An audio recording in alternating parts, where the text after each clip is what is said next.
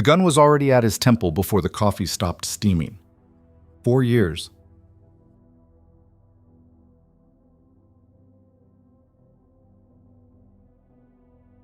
$4,000 miles. 4 seasons of hunting, tracking, bleeding through every forsaken town between here and nowhere. Cole Maddox had crossed half the frontier for this single moment, to paint the saloon floor with the blood of the man who destroyed his world. But the old gunslinger sitting across that table didn't flinch, didn't beg, didn't even look surprised. He just stirred his coffee and said 5 words that would shatter everything Cole thought he knew. "You came for the wrong reason. Stay with me until the end of this story. Hit that like button and drop a comment telling me what city you're watching from. I want to see how far this tale travels across the map." The sun hadn't yet broken over the ridge when Cole Maddox kicked open the doors of the Last Chance Saloon. Dust Hollow was the kind of town that existed only because men needed somewhere to forget. It sat in a valley so remote that even the wind seemed to lose its way before reaching it. The buildings leaned like drunks against each other, their wood bleached gray by seasons of indifference. The saloon was the only structure with glass windows still intact, though they were so filthy they barely let light through. Dawn was a thin line of gold on the horizon, and the world was caught in that strange moment between night and day, when shadows still held their ground but knew their time was ending. The saloon should have been empty. It wasn't. Cole stood in the doorway, his silhouette cutting a hard line against the pale morning light. His coat was the color of old blood, heavy with trail dust and the weight of too many miles. His boots, scuffed leather that had walked through more towns than he could name, made no sound as he stepped inside. The spurs, though, sang, a low metallic whisper that seemed too loud in the stillness. His right hand rested on the grip of his Colt Peacemaker. Not hovering, not threatening, just there, waiting. The way a man's hand waits when it's done this dance before. The interior of the saloon was dim, lit only by a few oil lamps that burned low and dirty. The air tasted of whiskey, old smoke, and something else. Something metallic and cold that Cole had learned to recognize years ago. The smell of a man about to die. There were 5 people inside. A bartender with a face like dried leather stood frozen behind the counter, one hand still gripping a glass he'd been wiping. His eyes were wide, mouth slightly open. He'd seen this before, knew exactly what it meant. 3 men sat at a table near the back, ranch hands by the look of them. Weathered faces, calloused hands wrapped around cards they were no longer looking at. One of them had a cigarette halfway to his lips. It stayed there, unmoving, smoke curling upward in a lazy spiral. And at the table closest to the window, bathed in the colorless light of pre-dawn, sat a man alone. Cole's breath caught.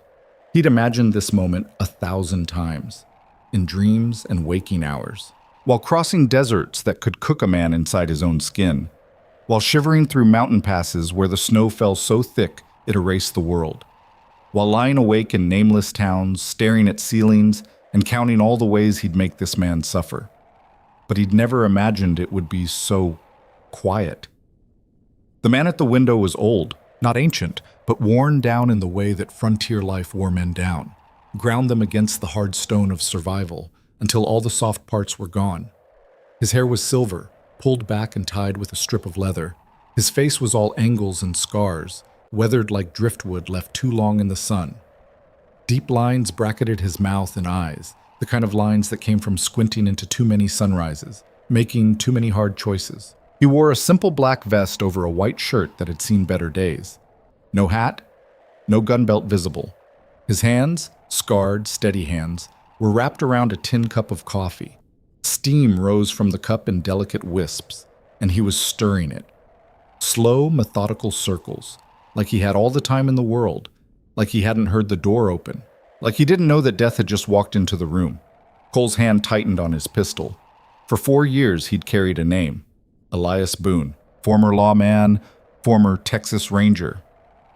Current ghost, drifting from one forgotten town to the next, trying to outrun a past that followed him like a shadow. The man who killed Cole's brother. Cole had tracked that name across 3 territories, had followed rumors and whispers, pieced together a trail from scraps of information gathered in saloons, trading posts, and sheriff's offices.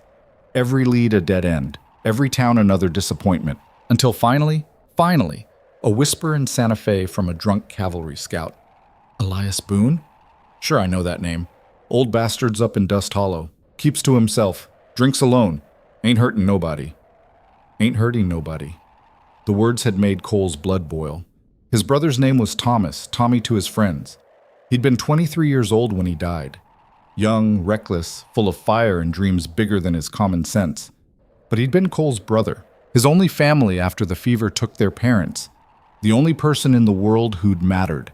And Elias Boone had put a bullet in him, shot him down like a dog in the street in some dusty Texas town Cole had never even heard of until the telegram came. No trial, no questions asked. Just a ranger's bullet and a shallow grave. The official report had been 4 sentences long. Thomas Maddox engaged in criminal activity, resisted arrest. Officer Elias Boone discharged his weapon in the line of duty. No charges filed. 4 sentences to erase a life. Cole had been in Colorado when the news reached him, working a ranch and trying to build something that resembled a future.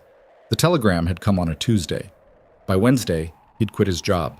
By Thursday, he was riding south. That was 4 years ago. Now, standing in this forgotten saloon in this forgotten town, Cole felt the weight of all those miles settling on his shoulders. The old man at the window still hadn't looked up. Cole crossed the room in 5 strides. His spurs sang with each step.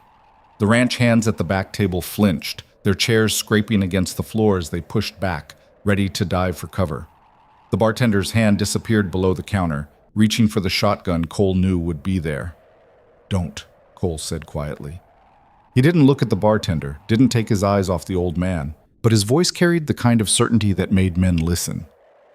"This isn't your fight." The bartender froze.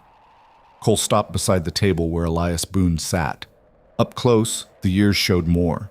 The scars, the weariness etched into every line of that weathered face. But there was something else too. Something Cole hadn't expected. The old man's eyes, when he finally looked up, weren't the eyes of a killer. They weren't cold or dead or empty. They were sad. "You gonna drink that coffee?" Cole said, his voice low and hard. "Or you gonna make me wait?" Elias took a slow sip, set the cup down with care, folded his hands on the table. "Cole Maddox," he said. Not a question, a statement. His voice was rough, like gravel rolling over stone. "Been expecting you for about 3 years now. Figured you'd either give up or you'd find me eventually." Cole's jaw tightened. "You know who I am. Know your name. Know your face from the photograph your brother carried. Know what you came here to do." The Colt was out of its holster before Cole even realized he'd drawn it. Muscle memory. Hours and hours of practice in empty fields, drawing and firing until his hands bled and his shoulders ached. Until the motion was faster than thought. He pressed the barrel against Elias's temple. The old man didn't flinch. Somewhere behind Cole, one of the ranch hands made a sound, a sharp intake of breath. The bartender's knuckles went white on the edge of the counter, but Elias just sat there, calm, still, like the gun was no more threatening than the coffee cup. 4 years, Cole said. His voice shook, not with fear, but with the weight of everything he'd carried. 4 years I've been hunting you. Do you have any idea what that's like? Do you have any idea what it costs to hate someone that long?" "I do," Elias said quietly. "Better than you know." "My brother. I remember your brother." The admission hit Cole like a punch. His finger tightened on the trigger. 1 pound of pressure, maybe 2. That's all it would take. 1 squeeze, and 4 years of rage would finally have their release. "Then you remember murdering him." "I remember killing him," Elias corrected. His eyes never left Cole's face. "Not the same thing." "The hell it isn't. Murder is when you got a choice. When you could walk away but you choose the bullet instead." Elias's voice was steady, measured, like he was explaining something to a child. "What happened to your brother? There wasn't a choice. Not for him. Not for me." "Liar." The word came out as a snarl. "You came a long way," Elias said. "Tracked me through 3 territories. Learned to shoot faster than most men I've seen. Built yourself into something dangerous." He paused. "All for the wrong reason." Cole's hand trembled. Don't you dare. You think you're here for justice, for your brother, for family. Elias's eyes, those sad, knowing eyes, held Cole's gaze. But you're here because you need someone to blame. Because you need this to mean something. Because if you can just kill me, then maybe all that pain, all those miles, all that hate, maybe it'll finally make sense. Shut up. And I'm telling you, son, you came for the wrong reason. The room was absolutely silent. Even the ranch hands had stopped breathing. Cole could feel his pulse pounding in his ears. 4 years. 4,000 miles. Every step, every sleepless night, every moment of burning rage, all of it had been building to this. One pull of the trigger, that's all it would take. But something was wrong. This wasn't how it was supposed to go. The man was supposed to beg, to plead for his life, to show fear, to make it easy. Instead, Elias sat there like he was waiting for a sunset, calm, accepting, almost peaceful. And suddenly, the man who came to kill felt like the one being judged. You don't know what he was like, Cole said. His voice cracked. You didn't know him. He was all I had. I know, Elias said softly. I know he was your brother. I know you loved him. And I know you think I'm the villain in this story. You are the villain. Then pull the trigger. Cole's breath caught. Go on, Elias continued. I'm not armed. I'm not going to fight you. You want revenge, you take it. But you do it knowing what you're doing, not some noble quest for justice, not avenging your brother. You're about to kill an unarmed old man because you spent 4 years building a story in your head and you're too stubborn to hear a different one. My brother wasn't a criminal. Your brother, he was good.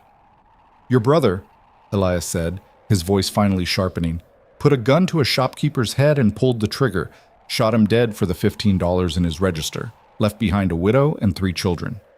The words hung in the air like smoke. Cole felt the world tilt. No, he whispered. Yes. You're lying. I'm not. Elias reached slowly toward his vest pocket. Cole tensed, but the old man's movements were careful, deliberate. He pulled out a folded piece of paper, yellowed with age and worn soft at the creases. He set it on the table between them. That's the wanted poster, Elias said. Your brother's face. Your brother's crime. Read it. Cole didn't move. Couldn't move. Read it, Elias said, and for the first time there was steel in his voice. You came all this way for the truth, boy. Here it is. Now look at it. Cole's free hand, the one not holding the gun, reached for the paper. His fingers shook as he unfolded it. And there, beneath the bold letters spelling wanted for murder, was his brother's face. Younger. Smiling that cocky smile Cole remembered so well. But unmistakably Tommy. The description was clinical, cold. The crime laid out in black and white. Thomas Maddox, wanted for the murder of Samuel Porter, shopkeeper, age 47. Suspect fled the scene on horseback, armed and dangerous. Reward, $200. Cole's vision blurred. No, he said again.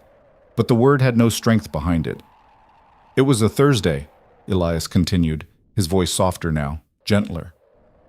Mid-afternoon. Your brother rode into Cottonwood with a plan and an empty stomach. He'd been on the run for 2 weeks by then. Desperate. Broke. And when desperation gets its hooks in a man, it makes him stupid. Stop. He walked into that shop, put his gun to Samuel Porter's head. Porter begged, told him he had children, told him the register only had pocket change. Your brother shot him anyway. Stop. I was 3 blocks away when I heard the shot. By the time I got there, Porter was dying on his floor. Your brother was already riding out of town. I followed. Elias's hands tightened on the table.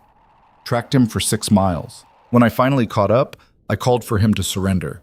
He turned his horse, reached for his gun. The old man's eyes closed briefly. When they opened again, they glistened.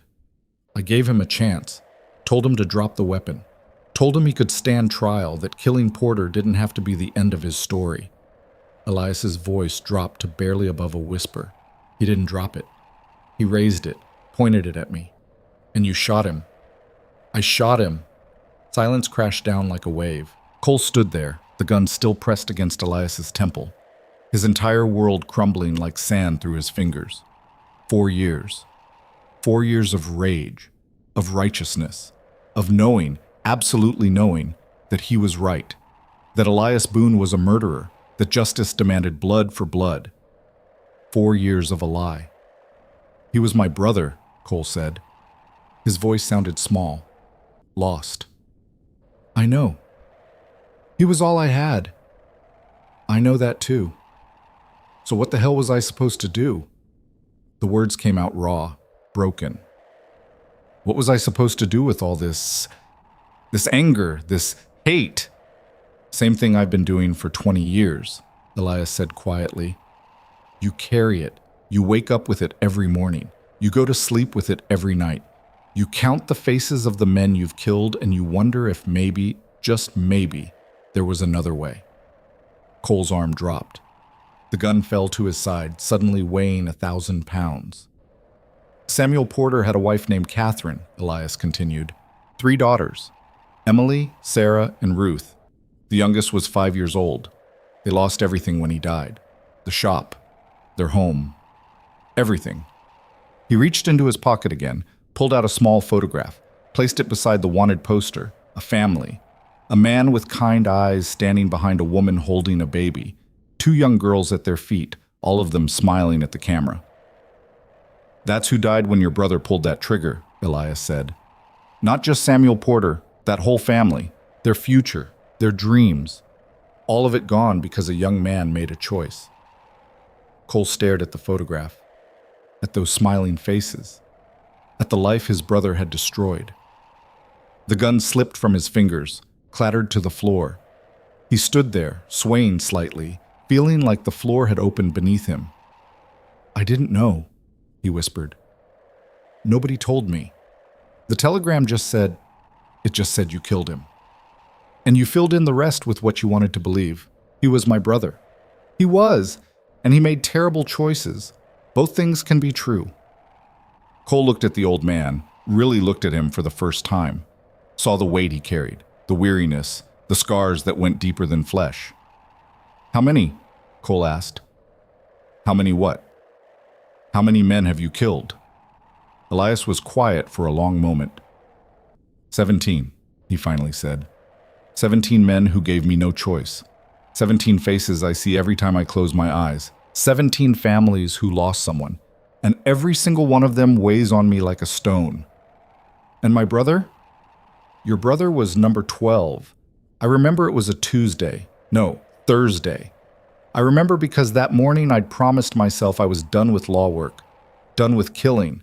I was going to turn in my badge and find some quiet corner of the world where I could just stop. His laugh was bitter. Then the shot rang out. Cole felt something break inside him. Some dam he'd built 4 years ago to hold back everything he couldn't face. He collapsed into the chair opposite Elias, put his head in his hands, and for the first time since the telegram arrived, Cole Maddox wept. Not the angry tears of rage, not the bitter tears of loss, but the deep, wrenching sobs of a man confronting a truth he couldn't bear. His brother was a murderer. His quest for justice was a lie. He'd spent 4 years becoming exactly what he hated, a man defined by violence, shaped by vengeance, with nothing in his soul but the need to hurt someone. The bartender had emerged from behind the counter now, standing awkwardly with a bottle of whiskey. The ranch hands remained frozen at their table, uncertain whether to leave or stay. Elias sat in silence, giving Cole's grief the space it needed. Finally, when the sobs quieted to shaking breaths, the old man spoke. I'm sorry, he said simply. Cole looked up, eyes red and swollen. For what? For having to be the one to tell you. For killing your brother. For all of it. Elias pushed the coffee cup across the table. It's gone cold, but it's still coffee. Cole stared at the cup like it was a foreign object. Why didn't you defend yourself? He asked. Why didn't you tell me this the moment I walked in? Would you have listened? Cole thought about it. About the rage that had driven him through that door. About the certainty that had carried him across 3 territories. No, he admitted. That's why. Men don't hear truth when they're looking for permission to kill. They hear it when they're looking for a reason not to. Elias leaned back in his chair. Besides, if you were going to pull that trigger, I figured you deserved to do it knowing what it meant. Not hiding behind some righteous story. And if I'd shot you, then I'd have died. And you'd have spent the rest of your life becoming me, carrying that weight, counting that face, wondering if there was another way. The old man's eyes were steady. At least this way, you get a choice I never had. What choice? The choice to walk away, to be better than the anger, to build something instead of destroying it. Cole laughed, a harsh, broken sound. I don't know how to do that. I've spent 4 years learning to kill. That's all I am now. That's all you chose to be, Elias corrected. Doesn't mean it's all you can be.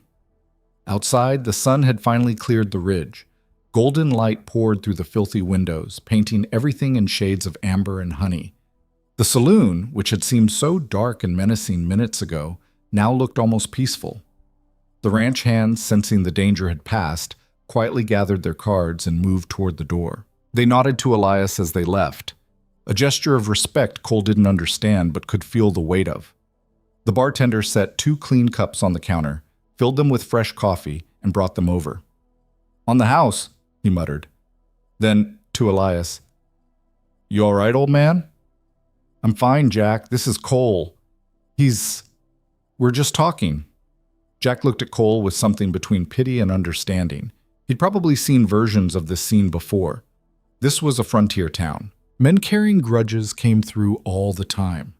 "Well, when you're done talking, the breakfast special is eggs and bacon. Best in the territory." He paused. Probably the only breakfast in the territory, but still. Despite everything, Cole felt the corner of his mouth twitch. When they were alone again, truly alone, with just the morning sun and the dust motes dancing in its light, Elias pushed one of the cups toward Cole. "So," the old man said, "what happens now?" Cole wrapped his hands around the warm cup, felt the heat seep into his palms. "I don't know," he said honestly. "I came here to kill you. That was all I had. The only thing that made sense, and now you're lost." "Yeah," Elias nodded. "I've been where you are. That moment when you realize the story you've been telling yourself doesn't match the truth. It's like falling through ice. Everything you thought was solid just breaks." "How did you—" Cole struggled to find the words. "How did you keep going after everything?" "I found new reasons, better reasons." Elias took a sip of his coffee. "After I left the Rangers, I drifted for a while. Did some ranch work, some security jobs. Spent a lot of time drinking and trying to forget. But forgetting doesn't work. The faces don't go away. The weight doesn't get lighter. So what did you do?" "I stopped running from it, started carrying it properly, and I started looking for ways to balance the scales." The old man's eyes drifted to the window, to the town waking up beyond the glass. "Can't undo what's done. Can't bring back the dead. But I can make sure my hands do something other than destroy, even if it's just helping where I can." "That why you're here, in Dust Hollow?" "Among other reasons. It's quiet. People mostly leave me alone. And when trouble comes through, which it does even in forgotten places like this, I can sometimes make a difference." Cole was quiet for a long moment. Then, "The Porter family, what happened to them?" "Catherine and the girls moved back east to live with her sister. Last I heard, the oldest daughter, Emily, got married, runs a bakery in Philadelphia. Sarah became a teacher. Ruth," he smiled faintly. "Ruth wrote me a letter 5 years ago, told me she'd joined the Pinkertons, said she wanted to make sure what happened to her father didn't happen to others." "She knew? About you?" "About me. About your brother. About all of it. Catherine made sure her girls understood that justice and revenge aren't the same thing." Elias's voice grew softer. "Ruth's letter thanked me, said I gave her father a few more seconds of life by trying to stop your brother before he got to that shop. Said those seconds mattered because it meant her father died fighting for what was his, not giving it away." Cole felt tears burning again. "I don't deserve your kindness." "Kindness?" Elias raised an eyebrow. "Son, I just told you your brother was a murderer, showed you the proof, tore down 4 years of righteous anger. If that's kindness, I'd hate to see cruelty." "You could have lied." "No, I couldn't have." The old man met his eyes. "You came here ready to die for what you believed. The least I could do was make sure you believed the truth. They sat in silence as the morning aged around them. The sun climbed higher, and the town of Dust Hollow came fully awake. Somewhere down the street, a rooster crowed belatedly. A wagon rattled past the window, the driver calling out to his horses. Ordinary sounds, ordinary morning, except Cole Maddox's world had ended and begun again in the space of an hour. "I don't know what to do now," he said finally. "Don't know where to go. Who to be?" "Nobody does," Elias said. "That's the secret everyone tries to hide. We're all just making it up as we go, hoping we make more good choices than bad ones. I chose to hunt you for 4 years, and then you chose not to pull the trigger. That counts for something." Cole looked down at the gun still lying on the floor where he'd dropped it. 4 years of practice. 4 years of building calluses on his hands and in his heart, all leading to this moment, and he'd walked away. "My brother," he said quietly. Did he suffer?" Elias considered the question. "It was quick, if that's what you're asking. 1 shot. He didn't feel much." "Did he say anything at the end?" The old man was quiet for so long Cole thought he wouldn't answer. Then he said, "Tell Cole I'm sorry." Elias's voice was barely above a whisper. Those were his last words. "Tell Cole I'm sorry." Cole closed his eyes. "I never told you because I didn't know how to find you. Didn't know if you'd even want to hear it. And by the time I thought about tracking you down," he gestured vaguely, "you were already tracking me." He knew what he'd done was wrong. Maybe. Or maybe he just knew you'd be the one left carrying it. Feels like the same thing.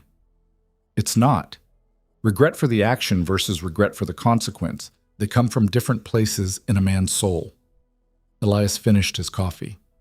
"But either way, he thought of you at the end, for what that's worth." "It's worth something," Cole said, and was surprised to find he meant it. The bartender, Jack, emerged from the back room with 2 plates loaded with eggs, bacon, and thick slices of bread slathered in butter. He set them down without a word, then disappeared again. "Eat," Elias said. "You look like you haven't had a proper meal in weeks. Don't have much appetite. Eat anyway. The world doesn't stop turning just because your heart's breaking, and breakfast is still breakfast." Cole picked up his fork.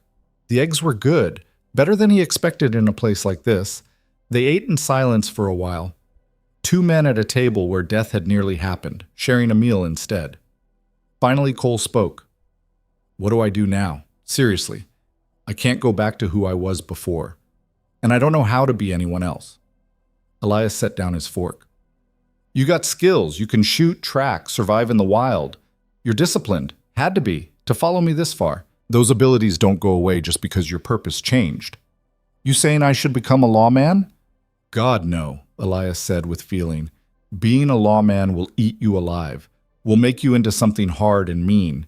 Take it from someone who knows." He paused. "But there are other ways to use what you can do, ways that don't require a badge." "Like what?" Before Elias could answer, the saloon doors swung open again. A young man, barely more than a boy, stumbled in, breathing hard. His clothes were dusty, his face flushed. "Mr. Boone," he gasped. "Mr. Boone, you gotta come quick." Elias was on his feet immediately. "What is it, Danny?" "It's the Mason Ranch. Riders came through about an hour ago, dozen of them, maybe more. They rounded up all the cattle in the north pasture and drove them off. Pa says they're the Garrett gang, says they're gonna hit the other ranches next." Cole watched as something changed in the old man's posture.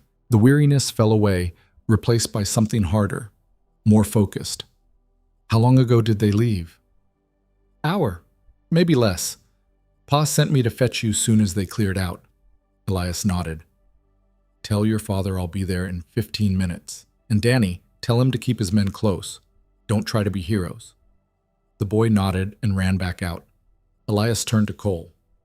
"That answer your question about what to do next?" "You're going after them. Ranch families out here barely scrape by as it is. Losing a herd could mean the difference between surviving winter and starving. So yes, I'm going after them." "Alone?" "Don't have much choice. Sheriff's 2 days' ride from here, and by the time he arrived, the cattle would be sold and the gang would be in the wind." Cole stood slowly. "How many did the kids say?" "A dozen?" About that. And you're planning to take on a dozen armed men by yourself. I faced worse odds. And survived by luck or skill? Elias smiled grimly. Bit of both.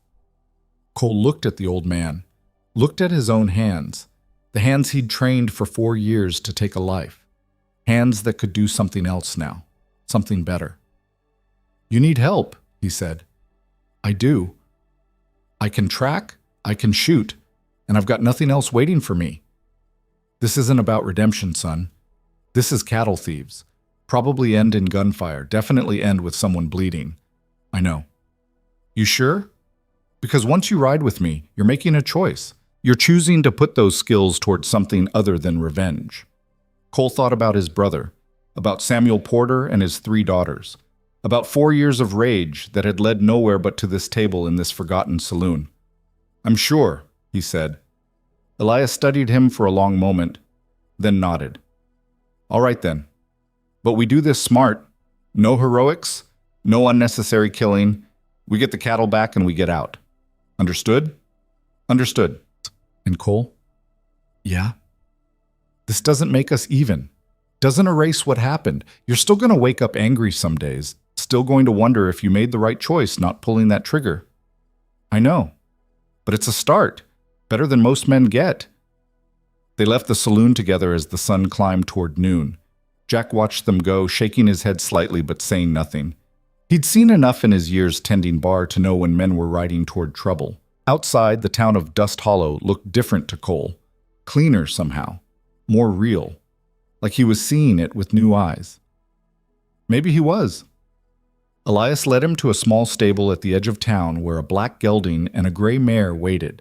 The old man worked quickly and efficiently, checking saddles and gear with the practiced ease of someone who'd done it 1,000 times. You know anything about the Garrett gang? Cole asked as he prepared his own horse, the chestnut stallion that had carried him across 3 territories. Enough.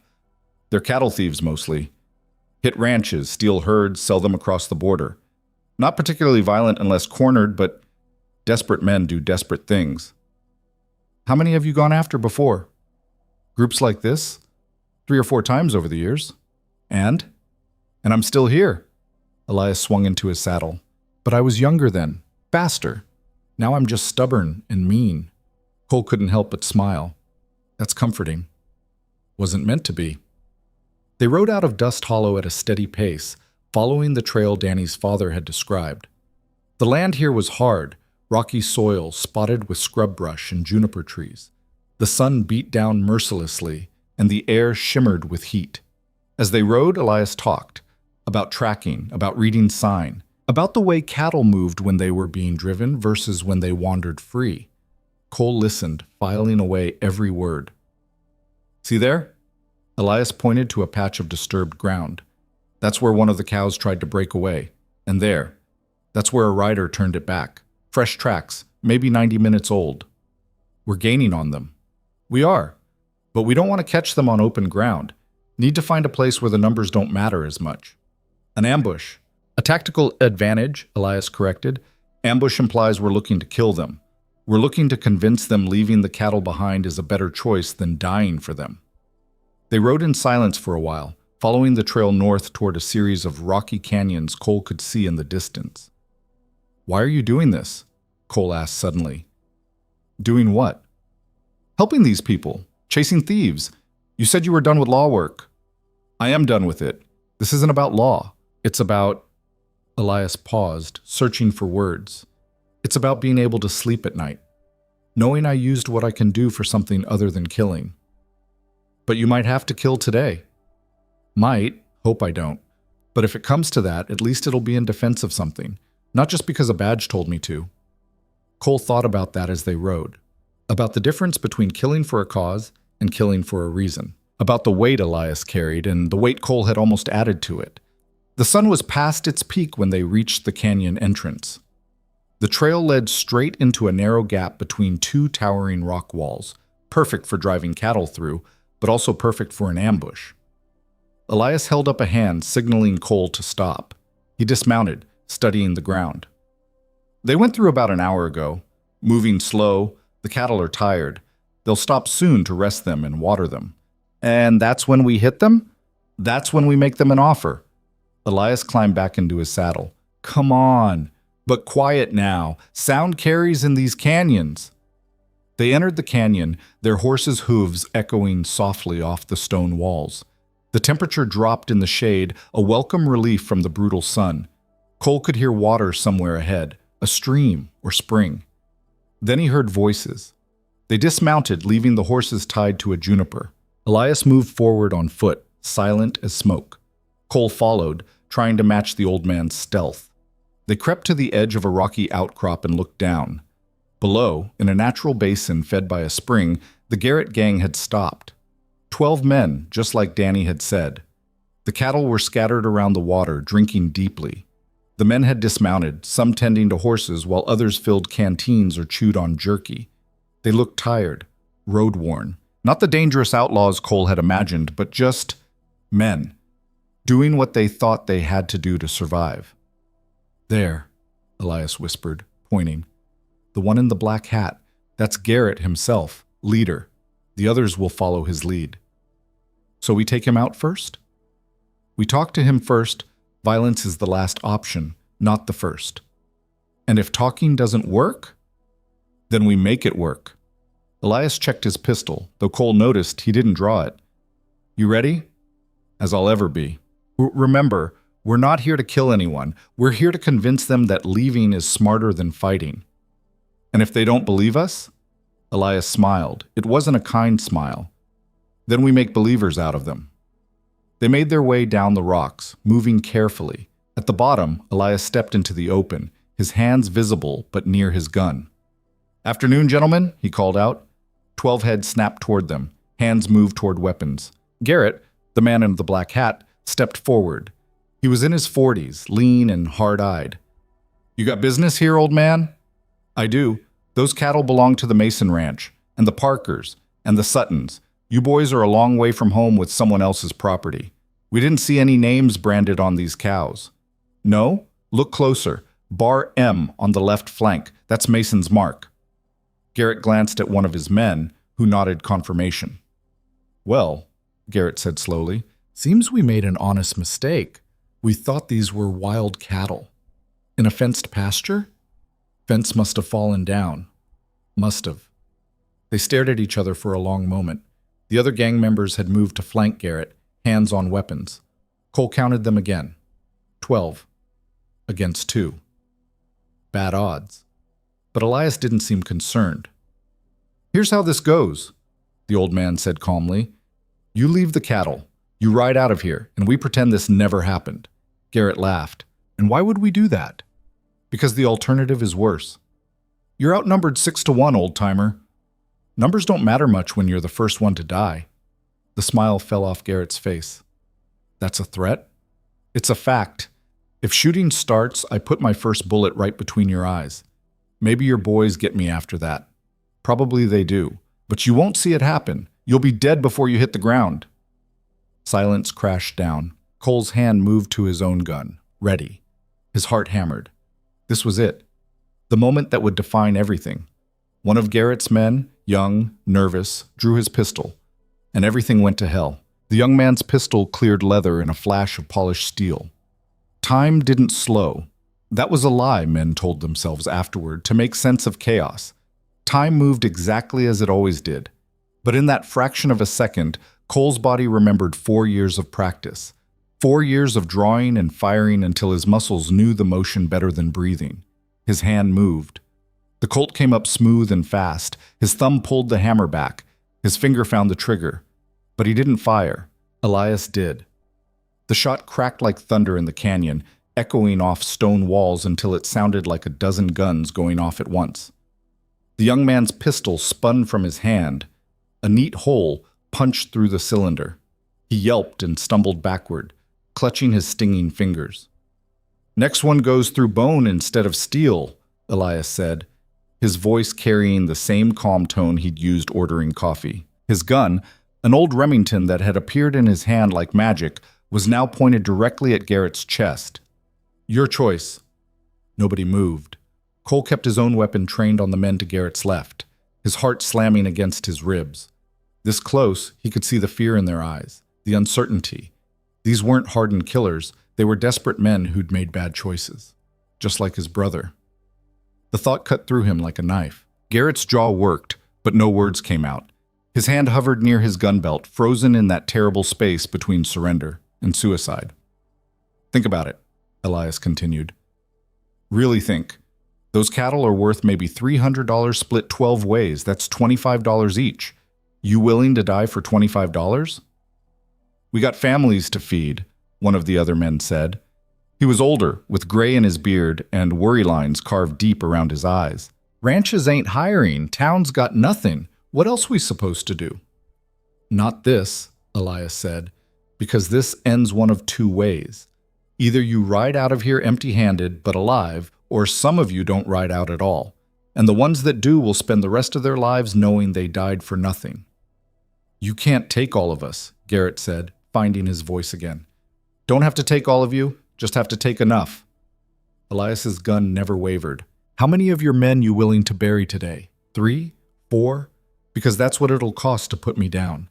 And my friend here, he gestured slightly toward Cole, he'll take a few more before you get him too. Cole tried to look as dangerous as Elias made him sound, tried to ignore the voice in his head screaming that this was insane, that they were going to die in this canyon over someone else's cattle. But he didn't lower his gun. We ain't afraid of dying, Garrett said, but his voice cracked slightly on the last word. Yes, you are, Elias said quietly. And you should be. Death ain't noble, ain't glorious, it's just nothing. All your hopes, your dreams, your families, gone, snuffed out. And for what? So you can die with stolen cattle around you? The silence stretched. Cole could hear the water trickling from the spring, could hear the cattle shifting and lowing softly, could hear his own blood rushing in his ears. Then Garrett's shoulders sagged. Boys, he said, not taking his eyes off Elias. Mount up. Boss, one of them started. I said mount up. Garrett's voice cracked like a whip. We're leaving. What about the cattle? Forget the cattle. Forget all of it. He finally looked away from Elias, met his men's eyes one by one. We ain't dying here, not today. Slowly, reluctantly, the gang began moving toward their horses. The young man whose gun Elias had shot scrambled to retrieve it, his hands shaking. Another man, the older one with the gray beard, paused beside Elias. We really are desperate, he said quietly. This wasn't about being mean. It was about survival. I know, Elias replied, but survival at someone else's expense is just another word for theft. You want to feed your family? Find honest work. It's harder. Pays less. But you get to keep your soul. The man nodded slowly, then moved to his horse. Within minutes, all 12 men were mounted. Garrett sat his horse at the front of the group, his face hard with humiliation and anger. This ain't over, he said. Yes, it is, Elias said firmly. You ride north from here and you keep riding. Don't come back to this territory. Don't even think about these ranches again, because next time I won't aim for your man's gun. Understood? Garrett's jaw clenched, but he nodded. Go on then. The gang rode out single file through the canyon entrance, their horses' hooves clopping against stone. Cole watched them go, his gun still raised, until the last rider disappeared around the bend. Then his legs went weak. He sat down hard on a nearby rock, his hand shaking so badly he had to holster his weapon before he dropped it. Jesus, he breathed. Elias lowered his own gun, finally, and let out a long breath. Yeah. I thought we were dead. So did I for a minute there. The old man walked to where the young gang member's ruined pistol lay in the dirt. He picked it up, examined it. Damn near was dead when this kid drew. Good thing he was nervous. Gave me the fraction I needed. That was the craziest thing I've ever seen. Welcome to the job. Elias tossed the broken gun into the spring. Come on, let's get these cattle moving back toward the ranches before those boys change their minds. They spent the next 2 hours rounding up the herd and driving them south. The work was hard and dusty, and Cole's shoulders ached from hours in the saddle, but there was something almost meditative about it, something clean. No rage, no revenge, just work that needed doing. The sun was lowering toward the western horizon when they finally reached Mason's ranch. It was a modest spread. A small house, a barn that had seen better days, corrals that needed mending. A woman stood on the porch, shading her eyes against the light. When she saw the cattle, she let out a cry and ran toward them. "Thank heavens," she gasped.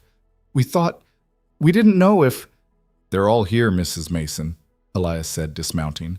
"Not a one missing. And the men who took them?" Encouraged to find employment elsewhere, she looked at Cole, then back to Elias. "Anyone hurt?" "Not a soul. Though one fellow needs a new pistol." Relief flooded her face. She was young, younger than Cole had expected. Maybe 30, with work-worn hands and eyes that had seen too much hardship. "My husband's out with the other ranchers. They were organizing a posse. I'll send Danny to tell them you've brought them back." "That'd be wise. Tell them to stand down. The Garrett gang won't be bothering anyone around here again." She nodded, then surprised them both by stepping forward and taking Elias's hands in hers. "Thank you, truly. We couldn't have survived losing these cattle. The bank's already threatening foreclosure and—" She stopped, tears welling up. "Thank you." "Just doing what's right, ma'am." Her eyes moved to Cole. "And you too, young man. I don't know who you are, but I'm grateful." Cole didn't know what to say. He settled for a nod. They helped her drive the cattle into the holding pen, then watered their horses at the trough. Mrs. Mason brought them each a dipper of cold well water and insisted they stay for supper, but Elias politely declined. "Best we get back before dark," he said. "But we appreciate the offer." As they rode back toward Dust Hollow, the sky turned orange and pink, painting the landscape in colors that seemed too beautiful for a day that had nearly ended in gunfire. "You did good back there," Elias said after a while. "I didn't do anything. You did all the talking. You kept your head, kept your gun ready, but didn't fire unless needed. That's harder than it sounds when your blood's running hot." The old man glanced at him. "Most men, first real confrontation like that, they either freeze or they shoot. You did neither. That takes discipline. 4 years of practice. Practice for the wrong reason still builds the right skills." Elias shifted in his saddle. How'd it feel, being on that side of things instead of hunting someone down? Cole thought about it. Terrifying, but also, I don't know. Right, maybe? That's the feeling you want to chase, not the adrenaline, not the power of holding a gun on someone, but that feeling of doing something that matters, something that helps instead of hurts. They rode in comfortable silence for a while. The temperature dropped as the sun sank lower, and Cole pulled his coat tighter against the cooling air. "Can I ask you something?" he said finally. "Go ahead." "Why'd you become a lawman in the first place, knowing what it would cost?"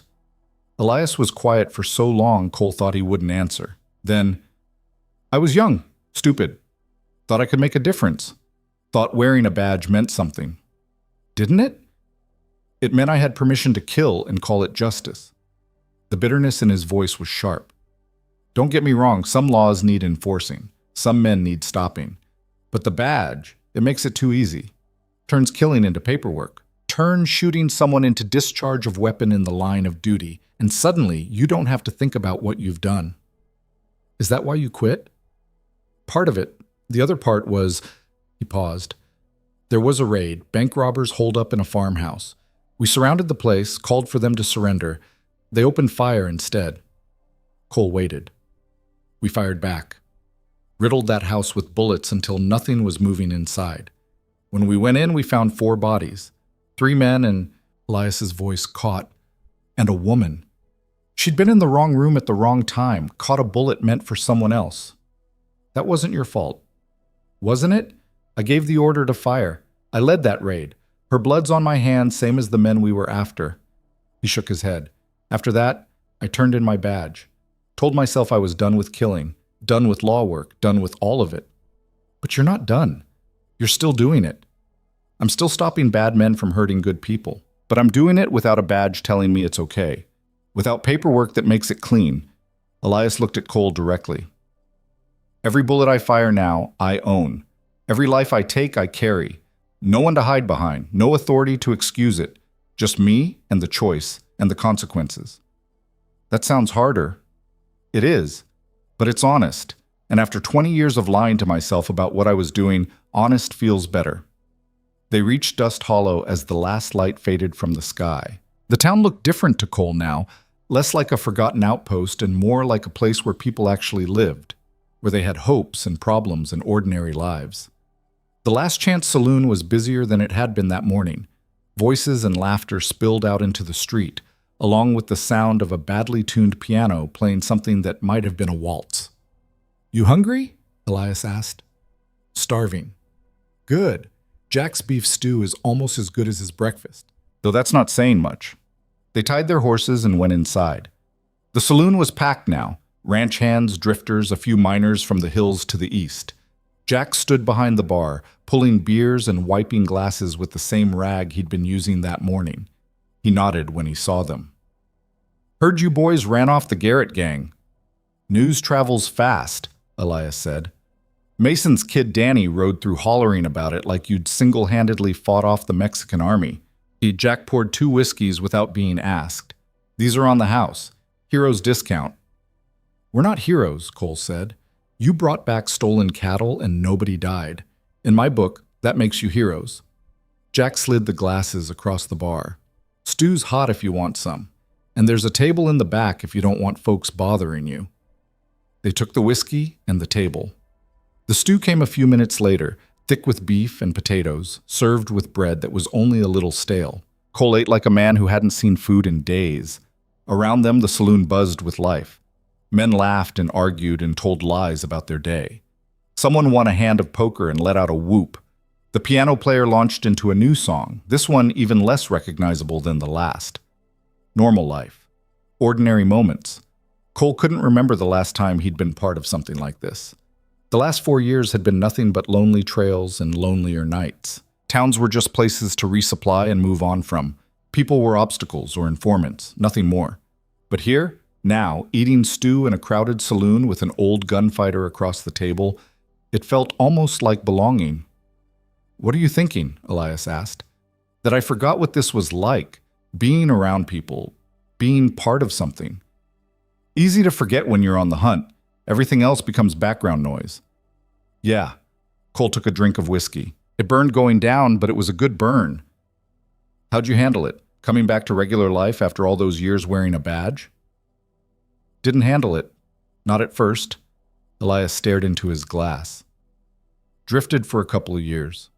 Couldn't settle, couldn't sleep. Every town I stopped in, I saw threats that weren't there. Reached for my gun at shadows. What changed? I stopped trying to forget and started trying to remember. Remember what it felt like before the killing, before the badge, when I was just a kid who wanted to help people." He smiled faintly. "Found out that kid was still in there somewhere, just buried under a lot of bad choices and worse memories. Think that kid's still in me? The one before I spent 4 years learning to hate? I know he is. Saw him this morning when you lowered that gun. Saw him again in the canyon when you could have fired but didn't." Elias met his eyes. "Hate's loud, Cole. It drowns out everything else. But it's not deeper than what's underneath. Soon as you stop feeding it, it starts to starve." Cole wanted to believe that. Wanted to think that the anger that had sustained him for so long could just fade. But it felt too simple. Too easy. "I spent 4 years building myself into a weapon," he said quietly. "Can't just unmake that overnight." "No, you can't. But you can start aiming at different targets." Elias pushed his empty bowl aside. "You got skills most men don't. You can track, shoot, survive on nothing. Question is, what do you do with those skills now?" "I don't know." "Well, you got time to figure it out. World's not ending tomorrow." One of the ranch hands from that morning, the one who'd been at the card table when Cole walked in, approached their table. He was drunk, his face flushed and his words slightly slurred. "You're him," he said, pointing at Cole. "The one who had his gun on Elias this morning." The saloon went quieter. Not silent, but the conversations dropped in volume. People were listening. Cole tensed. "I am." "And you didn't kill him?" "No." "Why not?" It was a good question, simple and direct. Cole looked at Elias, then back at the drunk ranch hand. "Because I learned I was wrong," he said. "About what happened. About who was to blame. About everything. Must have been hard, admitting that. Harder than anything I've ever done. The ranch hand nodded slowly, then he stuck out his hand. Name's Pete. Just wanted to say, that took guts. Most men would have pulled the trigger anyway rather than admit they were wrong. Cole shook his hand, surprised. Thanks. Pete wavered slightly, then headed back to his table. The conversations resumed their normal volume. See, Elias said, not everyone's looking to judge you. Maybe, but I'm still judging myself. That never stops. Best you can hope for is making peace with it. They finished their drinks as the night deepened. Someone bought them another round, then another.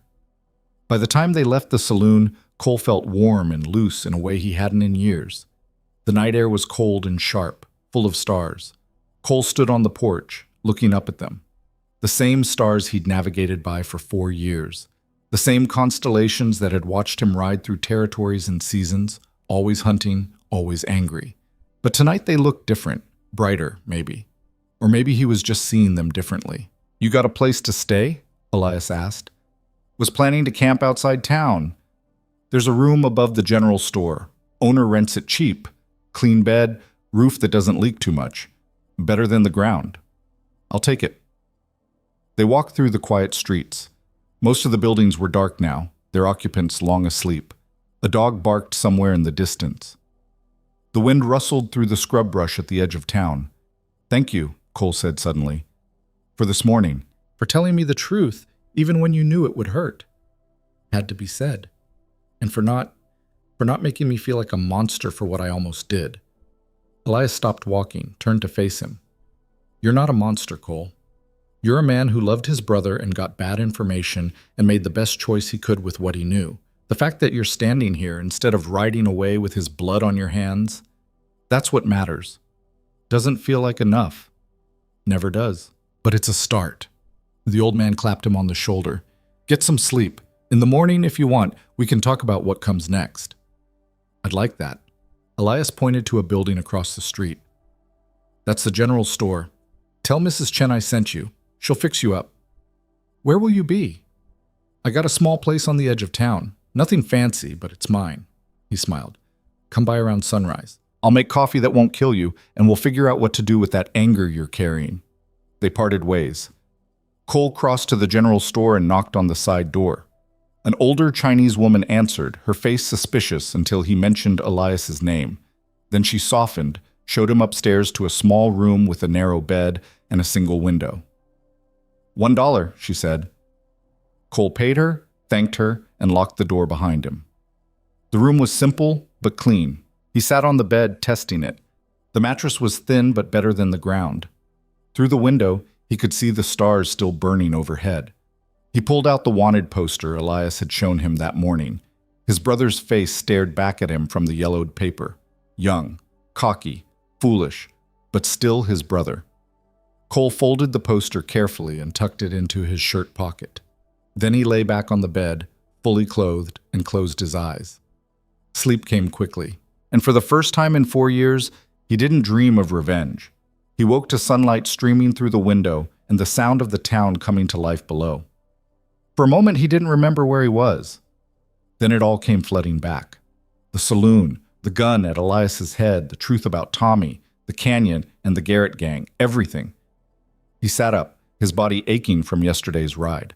But it was a good ache, the kind that came from honest work instead of endless traveling. He washed his face in the basin Mrs. Chen had left, then headed downstairs. She was already up, sweeping the front porch. Coffee in the back, she said without looking up. Help yourself. He found the pot sitting on a small stove, poured himself a cup. It was strong and bitter, but it chased away the last cobwebs of sleep. Then he set out to find Elias. The old man's place was exactly where he'd described. A small cabin at the eastern edge of town, backed up against a rocky hillside. Smoke rose from the chimney. Cole knocked. It's open, Elias called. Inside, the cabin was sparse but comfortable. A bed in one corner, a table and 2 chairs in the middle, a wood stove radiating warmth. Shelves lined one wall, holding books and a few personal items. A gun rack held 3 rifles and a shotgun, all well maintained. Elias stood at the stove, frying bacon in a cast-iron skillet. Coffee's fresh, he said, gesturing to a pot. Cups are on the shelf. Cole poured himself another cup and sat at the table. The cabin smelled like coffee and bacon and wood smoke. Comfortable smells. Home smells. Sleep all right? Elias asked. Better than I have in years. Good. You needed it. He flipped the bacon with practiced ease. Been thinking about our conversation last night. About what comes next. About whether you're staying or moving on. Cole hadn't actually decided. Part of him wanted to keep writing, keep moving like he had for 4 years. The other part, the part that had slept dreamlessly last night, wanted to stay. I don't know, he admitted. Fair enough. It's a big decision. Elias slid bacon onto 2 plates, added eggs from the skillet. But while you're deciding, you might as well make yourself useful. Doing what? There's a fence needs mending at the Parker Ranch. Mrs.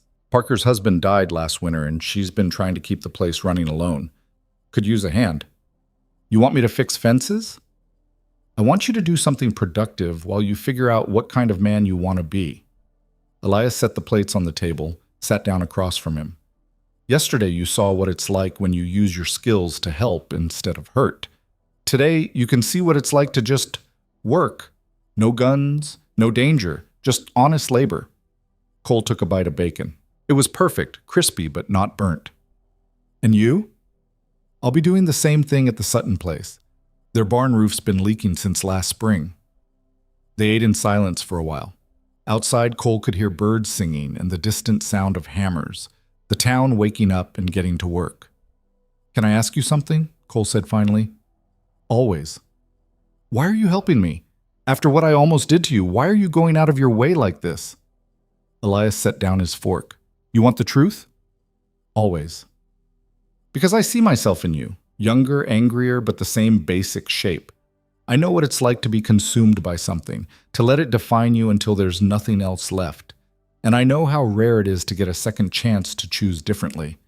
He met Cole's eyes. You got that chance yesterday. Now I'm giving you another one. What you do with it is up to you. What if I waste it? Then you waste it, but at least you'll know you had the choice. After breakfast, Elias gave Cole directions to the Parker Ranch and lent him some tools. They walked together to the edge of town, where their horses waited. One more thing, Elias said as Cole mounted up. When you're working, pay attention to how it feels. Not the physical labor, but the feeling of building something instead of tearing it down. Creating instead of destroying. It's a different kind of satisfaction than what you've been chasing. I'll pay attention. Good. Meet me back at the saloon at sundown. We'll compare notes on our day. They rode off in different directions. Elias north toward the Sutton place, Cole west toward the Parker Ranch. The ride took about an hour. The Parker spread was even smaller than Mason's, just a few acres of pasture, a small house, and some corrals. But it was tidy and well kept, clearly maintained by someone who cared. Mrs. Parker was in the yard when he arrived, hanging laundry on a line. She was older than Mrs. Mason, probably in her 50s, with gray hair pulled back in a bun and hands red from work. Mrs. Parker? Cole called. She turned, shading her eyes. Yes? Elias Boone sent me. Said you had some fence that needed mending. Her face brightened. Oh, thank heavens! I've been trying to patch it myself, but... She gestured helplessly. Come on, I'll show you. The fence ran along the north property line, or what was left of it. Sections had collapsed, posts had rotted through, and wire hung loose in tangles. It would take days to repair properly. How long's it been like this? Cole asked. Since winter. Storm blew through and tore up half of it. My husband was planning to fix it in spring, but then he took sick and... She trailed off. I'm sorry for your loss. Thank you. He was a good man. She smiled sadly. Anyway, I've been making do, but the cattle keep wandering into the neighbor's land, getting to be a problem. I'll fix it. I can pay you. Not much, but no payment necessary, ma'am. Just point me toward your tools and I'll get started. She showed him to a shed where her late husband's tools were stored. Everything he needed, post-hole digger, hammer, nails, extra wire. He loaded what he could carry and headed back to the fence line. The work was hard and monotonous, digging holes for new posts, setting them level, stretching wire tight and nailing it secure. The sun climbed higher, beating down on his shoulders. Sweat soaked through his shirt, but it felt good. Every post he set, every wire he strung was something real, something that would last, something that helped. Around mid-morning, Mrs. Parker brought him water and sandwiches. She sat on a nearby rock and watched him work. "You're good at this," she said, "just following what makes sense." Still, not many young men know how to work with their hands anymore. Everything's moving toward cities and factories. She took a sip from her own water. "You planning to stay in Dust Hollow?" "Don't know yet." "Well, if you do, there's always work to be done. Ranches out here can't pay much, but they can always use good help." "I'll keep that in mind." She left him to his work. The sun moved across the sky. His hands blistered, then calloused. His back ached, but he kept going, and Elias was right. It did feel different. Every post he planted was proof he could create instead of destroy. Every section of fence he repaired was evidence that his hands could build, not just hurt. By mid-afternoon, he'd finished a good stretch of the fence. It wasn't pretty, but it was solid. It would hold. Mrs. Parker inspected his work with obvious approval. "This is wonderful, really. You've done more in one day than I managed in a month." "Happy to help. Will you come back tomorrow? There's still quite a bit left to do." Cole hesitated. Then, "Yes, ma'am. I'll be here." He rode back to Dust Hollow as the sun lowered toward the horizon. His body ached in new ways, and his clothes were covered in dust and sweat, but he felt lighter somehow. Elias was already at the saloon when Cole arrived, sitting at the same table where they'd shared breakfast what felt like a lifetime ago. He had a beer in front of him and looked as tired as Cole felt. "How'd it go?" the old man asked as Cole sat down. "Got about a third of the fence done, going back tomorrow to finish." "Good work. How'd it feel?" Cole thought about it. "Different. Good different." "That's what I figured." Elias took a drink. "The Sutton's barn roof is patched. Took me all day, but it shouldn't leak anymore." Jack brought Cole a beer without being asked. The two men sat in comfortable silence, drinking and watching the saloon fill up with the evening crowd. "I think I'm going to stay," Cole said eventually. "At least for a while." Elias smiled. "Yeah? Yeah. There's work here. People who need help. And I need to learn how to be something other than what I've been." "That's a good reason." The old man raised his glass. "To new beginnings." Cole clinked his glass against Elias's. "To new beginnings." They drank to the future, two men who'd nearly killed each other that morning, now sitting as friends in a forgotten town at the edge of the world. And for the first time in 4 long years, Cole Maddox felt something he thought he'd lost forever. He felt hope. 3 weeks passed like water through cupped hands. Cole spent his days working, mending fences at the Parker Ranch, helping the Suttons repair their corral, splitting firewood for Mrs. Chen at the general store. The work was hard and honest, and each night he fell into bed with muscles that ached in ways he'd never experienced during his years of hunting. But it was a good ache. Clean. Elias worked alongside him most days, teaching him things a lawman's life had never required. How to read the land for water, how to doctor a sick calf, how to build things that would last through winters and storms. The old man rarely spoke while they worked, but when he did, his words carried weight. "Building's harder than destroying," he said one afternoon as they raised a new beam in the mason's barn. "Any fool can tear something down. Takes patience to put it back together." Cole understood he wasn't just talking about carpentry. The nights were different. After the work was done and the sun had set, they'd meet at the Last Chance Saloon. Sometimes they'd play cards with the ranch hands. Sometimes they'd just sit and talk. Elias told stories about his years as a ranger, not the gunfights and arrests, but the small moments between. The people he'd helped, the children he'd pulled from burning buildings, the lost travelers he'd guided to safety. "For every man I killed," Elias said one night, his voice low and rough with whiskey, "I probably saved 3. But you know what I remember? I remember the faces of the dead ones.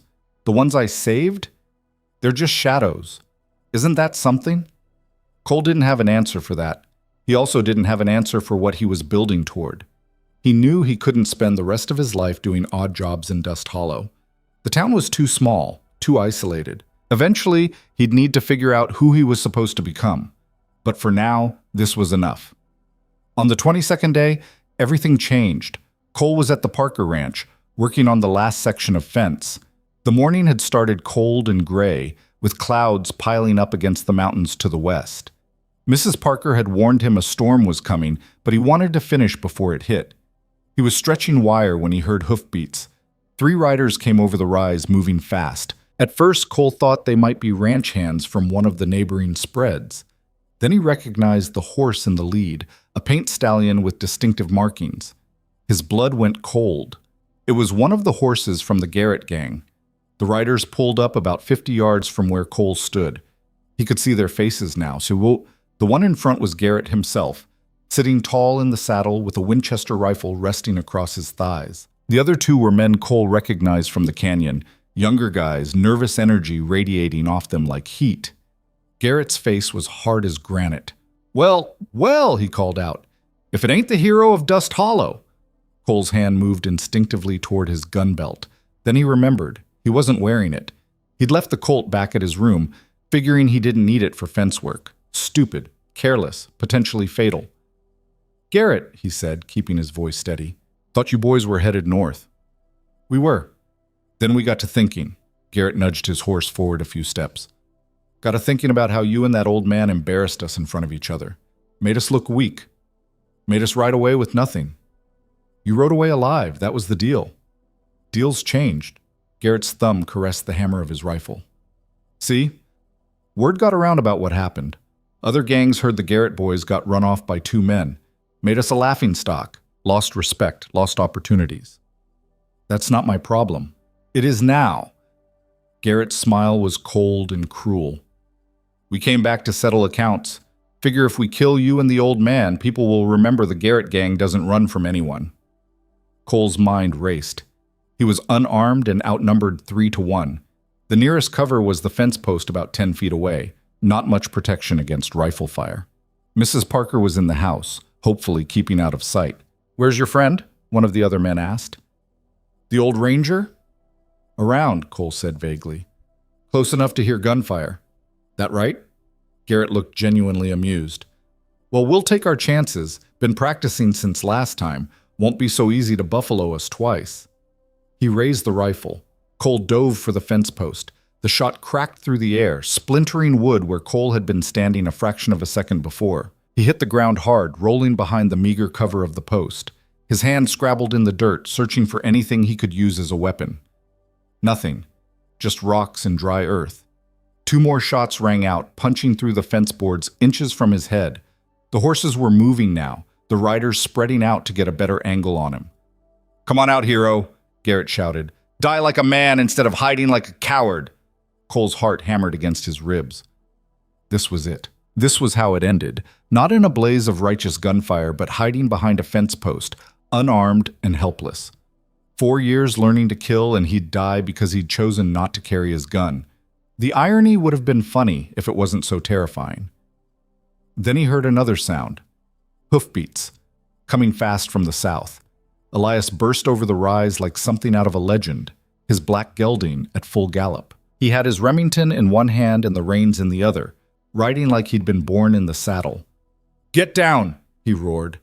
The Garrett gang spun their horses to face this new threat. Garrett brought his rifle around, but Elias was already firing. The first shot took the hat off one of the younger riders.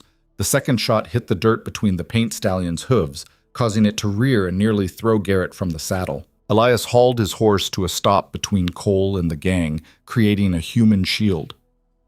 Thought I told you boys not to come back, he said, his voice carrying that same deadly calm Cole remembered from the canyon. You ain't in charge of where we ride, Garrett snarled, fighting to control his panicked horse. True enough, but I am in charge of who dies today. And if you don't turn those horses around right now, it's going to be all 3 of you. There's 3 of us and 1 of you, old man. I only need 1 bullet per customer. Question is, which one of you wants to be first? The younger riders exchanged glances. Their confidence from a moment ago had evaporated like morning dew, but Garrett's pride wouldn't let him back down twice. You can't watch all of us at once, he said. One of us will get you. Maybe. Probably. But you'll still be dead, and that's what matters to me. Elias's gun never wavered. See, I'm old, tired. Already got more ghosts than I can carry. 1 or 2 more won't make much difference. But you? You're young, got your whole life ahead of you. You really want to throw that away for pride? Cole used the distraction to scramble to his feet and move to Elias's side. He still had no weapon, but at least he wasn't pinned down anymore. Garrett's eyes flicked between them. Cole could see the calculation happening behind those hard eyes, the weighing of options, the measuring of pride against survival. Last chance, Elias said quietly. Right away now, or we settle this permanent. For a moment, Cole thought Garrett would do it, would raise that rifle and force a shootout that would leave bodies scattered across Mrs. Parker's property. Then Mrs. Parker herself stepped out onto her porch. She was holding a shotgun, not aiming it at anyone, just holding it, visible. A silent statement that there were now 3 guns against their 3. The older of the young riders, the one with the gray in his beard who'd spoken about desperate families, let out a long breath. Boss, he said quietly, maybe we should... Shut up, Henry. Boss, I got kids. I ain't dying over hurt pride. I said shut up. But Henry was already turning his horse. I'm out. You want to die today, that's your business. But I'm done. He rode away without looking back. The other young rider, the nervous one whose gun Elias had shot in the canyon, hesitated only a moment before following. Garrett sat alone on his paint stallion, his face purple with rage and humiliation. Cowards, he spat after them. Survivors, Elias corrected. There's a difference. For a long moment, no one moved. The wind picked up, carrying the smell of the approaching storm. Thunder rumbled in the distance. Then Garrett lowered his rifle. This ain't over, he said, but there was no conviction in his voice, just bitter acceptance. Yes, it is, Elias said firmly. You ride out of here now. You keep riding. You don't come back. You don't try again. You take this loss and you learn from it. You understand me? Garrett's jaw worked. Then he nodded once, sharply. Go on then. The outlaw turned his horse and rode after his men, slower this time, defeated. They watched until he disappeared over the rise. Then Elias lowered his gun and let out a breath that seemed to come from his boots. You all right? He asked Cole. Yeah, thanks to you. Cole's hands were shaking now that the danger had passed. How'd you know to come? Mrs. Mason's boy saw them riding this direction, came to fetch me. Elias holstered his Remington. Good thing, too.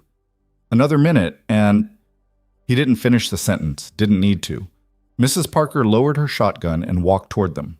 Everyone in one piece? Thanks to you, ma'am, Elias said, tipping his hat.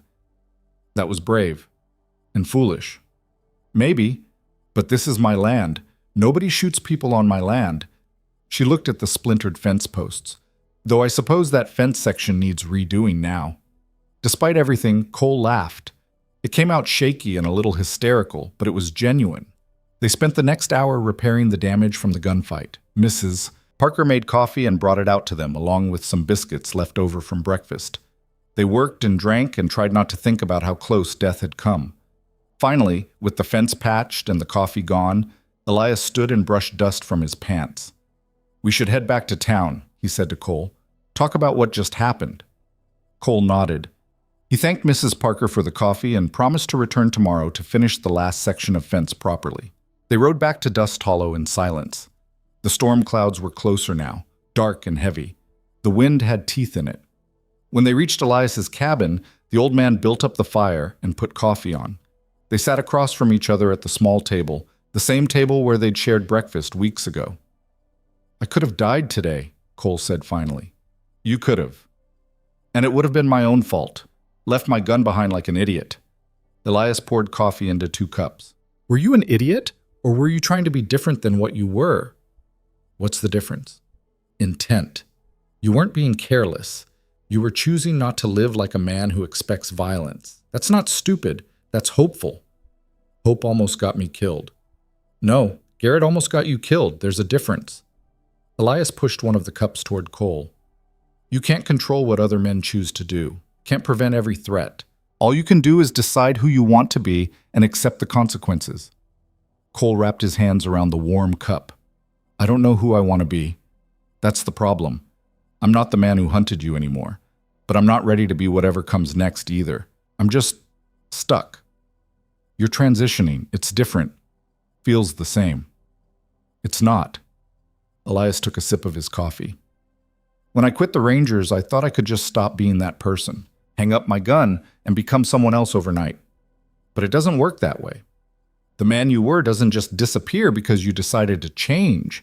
He's still in there, still part of you. So what do I do with him? You integrate him. Take the good parts, the discipline, the skills, the determination, and leave the rest behind. Build something new that includes pieces of the old. And if I can't? Elias was quiet for a moment. Then you'll spend the rest of your life fighting yourself. And that's a war nobody wins. The first drops of rain began to fall, pattering against the roof. Within minutes, it had become a downpour. Lightning flashed, followed by thunder that shook the cabin's windows. You can stay here tonight, Elias said. Storm's too bad to ride through. Cole accepted gratefully.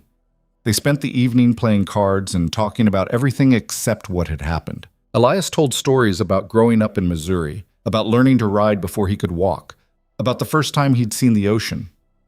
I was 19, he said, laying down a card. Thought I knew everything. Then I saw the Atlantic and realized I didn't know anything at all. Water as far as you could see, going on forever. Made me feel small. In a bad way? In a necessary way. Sometimes we need to feel small to understand we're not the center of everything. The storm raged outside. Inside, the fire crackled and the cards slapped against wood, and two men who'd nearly killed each other built something that resembled friendship. When the rain finally stopped, it was well past midnight. Cole lay in the spare bedroll Elias had pulled out, staring at the ceiling and listening to the old man's snores. He thought about Garrett, about the rifle aimed at his chest, about how close he'd come to dying, but mostly he thought about what Elias had said, about integrating who he'd been with, who he wanted to become, about taking the good and leaving the bad. The problem was, he didn't know how to tell the difference anymore.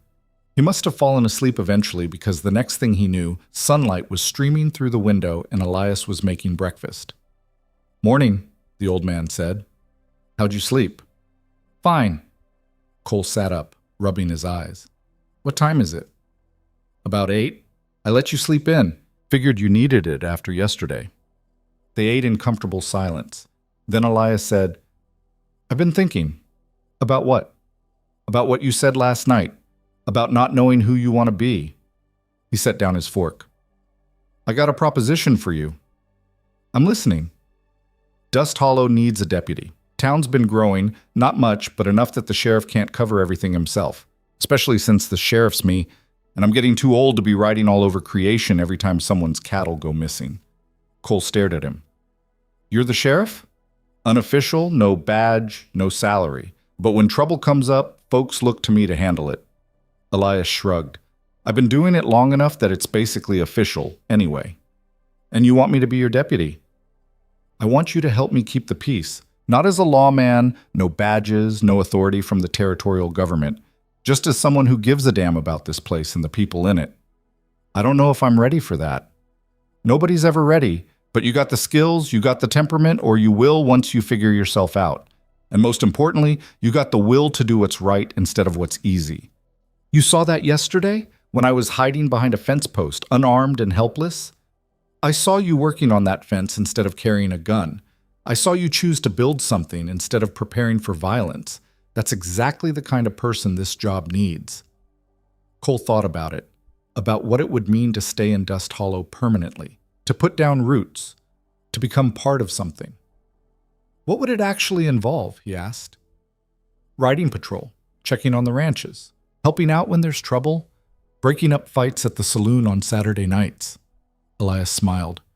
Mostly boring work with occasional moments of terror. Sound familiar? Yeah, it does. Think about it. You don't have to decide right now. But Cole found he'd already decided.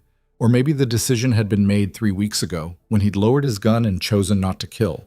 Maybe every fence he'd mended and every post he'd set had been leading to this moment. "I'll do it," he said. Elias nodded slowly. "Good. We'll start tomorrow. Today you're going to finish that fence at the Parker place, and you're going to wear your gun while you do it. Thought you said I wasn't being stupid by not wearing it." "You weren't, But there's a difference between choosing peace and being unprepared for violence. Part of the job is being ready for both. They finished breakfast and cleaned up. Then Elias gave Cole a worn leather vest with pockets for extra ammunition and a bad-shaped patch of lighter leather where a star might have once been. "It's not official," Elias said, "but it'll let people know you're with me, that you speak with the same authority." Cole put on the vest. It fit well, felt right. "One more thing," Elias added. He walked to his gun rack and pulled down a Winchester rifle. "This was mine when I was younger. Kept it in good condition. Fires true. I want you to have it." "I can't." "You can and you will. You're going to need it, and I'd rather know it's with someone who'll use it right." Cole took the rifle. It was beautiful, well-maintained, perfectly balanced. He worked the lever action, felt the smooth mechanism. "Thank you," he said quietly. "Don't thank me. Just use it to protect instead of hurt. That's all the thanks I need." They rode out together, heading toward the Parker Ranch. The air was clean after the storm, washed fresh. The land looked new. Mrs. Parker was already up and working when they arrived. She smiled when she saw them. "Thought maybe yesterday scared you off," she said to Cole. "Takes more than that," he replied. He spent the day finishing the fence while Elias helped Mrs. Parker with some other repairs around the property. The work went quickly with the old man's help, and by late afternoon the entire fence line was complete. Mrs. Parker inspected it with obvious satisfaction. "Best fence I've had in years," she said. "Thank you both. Truly." "Happy to help, ma'am," Cole said. As they rode back toward town, Elias pointed out various landmarks. "That's the Sutton place over there. The Masons are north of here about 3 miles. The Rodriguez family has a small ranch to the east. They're good people, but they keep to themselves mostly. You know everyone around here?" "Known most of them for years. They're why I stayed, why I kept working even after I hung up my badge." He looked at Cole. "A community is only as strong as the people who protect it. Not with guns and violence, but with care. With showing up when you're needed." "Is that what we're doing? Showing up?" "That's exactly what we're doing." They rode in silence for a while. Then Cole asked the question that had been nagging at him since yesterday. "What if Garrett comes back? What if next time he brings more men?" "Then we deal with it, same as we always have." "But what if what?" Elias interrupted. "What if the worst happens? What if we fail? What if we die trying?" He shook his head. "You can't live your life planning for every disaster. All you can do is prepare the best you can and trust you'll find a way through when the time comes." "That's not very reassuring." "It's not meant to be. It's meant to be honest." The old man's eyes were steady. "I can't promise you this life will be easy. Can't promise you won't see violence or death or heartbreak. But I can promise you it'll mean something, that when you lay your head down at night, you'll know you did something that mattered." Cole thought about that, about meaning and purpose and the difference between them. "My brother," he said slowly. "Tommy, do you think he had any of that? Any purpose?" Elias considered the question carefully. "I think he was lost. I think he made bad choices because he didn't know how to make good ones. I think he died before he had a chance to become who he might have been." "And Samuel Porter, the man he killed?" "Porter had purpose, had family and work and a place in his community. Tommy took that away. Nothing changes that." "I know, I wonder sometimes if there was a moment, a point where Tommy could have chosen differently, before it all went wrong." "There's always a moment," Elias said quietly. "That's the terrible gift of free will. We always have a choice, even when it doesn't feel like it. And my choice? To hunt you for 4 years? That was your moment. Your brother died, you got incomplete information, and you chose revenge. Can't change that now, but you got another moment when you walked into that saloon, and another when you lowered your gun, and another yesterday when you decided to stay. Lots of moments. Life's made of them. The question is whether you use them to build or destroy." They reached Dust Hollow as the sun touched the western horizon, painting everything in shades of gold and orange. The town looked peaceful, safe, worth protecting. "Tomorrow morning," Elias said as they dismounted in front of his cabin. "We start making the rounds. I'll show you the territory, introduce you to the families, get you settled into the routine. Sounds good. And Cole? Yeah? I'm glad you're here. Glad you chose to stay. Me too, Cole said, and meant it. That night, lying in his bed above the general store, Cole thought about all the choices that had led him here. His brother's choice to rob that store, Elias's choice to pursue him, Tommy's choice to draw his gun, his own choice to hunt the man who'd killed him, and finally, his choice to let go of that hate and build something new. He pulled the wanted poster from his pocket, looked at his brother's face one more time. I'm sorry, he whispered to the image. Sorry I couldn't save you. Sorry you made the choices you did. Sorry it ended the way it did. Then he folded the poster carefully and placed it in the drawer of the small table beside his bed, not throwing it away, not hiding from it, just setting it aside. Tomorrow would bring new challenges, new moments, new choices. But tonight, for the first time since the telegram arrived 4 years ago, Cole Maddox was at peace. He closed his eyes and slept dreamlessly until dawn. The first 2 weeks of riding patrol taught Cole more about the territory than he'd learned in a month of fence mending. Elias took him to every ranch within a day's ride of Dust Hollow, introducing him to families whose names became as familiar as the landscape itself. The Rodriguezes to the east ran cattle on land that had been in their family for 3 generations. Maria Rodriguez was a widow who'd kept the operation going after her husband died in a riding accident, raising 5 children while managing a herd of 200 head. She greeted them with coffee and homemade tortillas, her weathered face breaking into a smile when Elias introduced Cole as his new partner. About time you got help, viejo, she said, calling the old man by the affectionate Spanish term. You're too old to be riding alone. I'm not that old, Elias protested. You're older than dirt and twice as stubborn. She turned to Cole. You keep an eye on him. Don't let him do anything foolish. I'll try, ma'am. Good. And if you need anything, food, shelter, help, you come here. My door is always open to friends of Elias. They visited the Suttons next, then the Masons, then a dozen other families scattered across the valley. At each stop, Elias listened to their concerns, checked on their welfare, and quietly helped with whatever needed doing. A broken wagon wheel here, a sick horse there, problems that had nothing to do with law enforcement, but everything to do with community. This is the real work, Elias explained as they rode between ranches. The boring stuff, the everyday stuff. You show up, you listen, you help. And when trouble comes, because it will, these people trust you to handle it because they know you care about more than just the violence. Cole absorbed it all like a desert soaking up rain. The names, the faces, the interconnected web of relationships that made up this small corner of the territory. He learned that the Parkers and the Suttons had a long-running dispute over water rights that Elias mediated every summer, that the Mason boy Danny was sweet on the Rodriguez girl Elena, much to both families' amusement, that old Pete from the saloon was actually the best tracker in the valley and could find lost cattle when no one else could. It was a world Cole had never imagined existed. A world where people knew each other's names and histories and helped each other survive against the brutal indifference of the frontier. On the 15th day, word came that changed everything. They were at the Rodriguez ranch, helping Maria's oldest son Miguel repair a corral gate, when a rider came thundering up the road. Cole recognized him immediately. Henry, the gray-bearded man from the Garrett gang who'd ridden away rather than fight. Elias's hand moved to his gun, but Henry was already dismounting with his hands raised. I ain't here for trouble, he said quickly.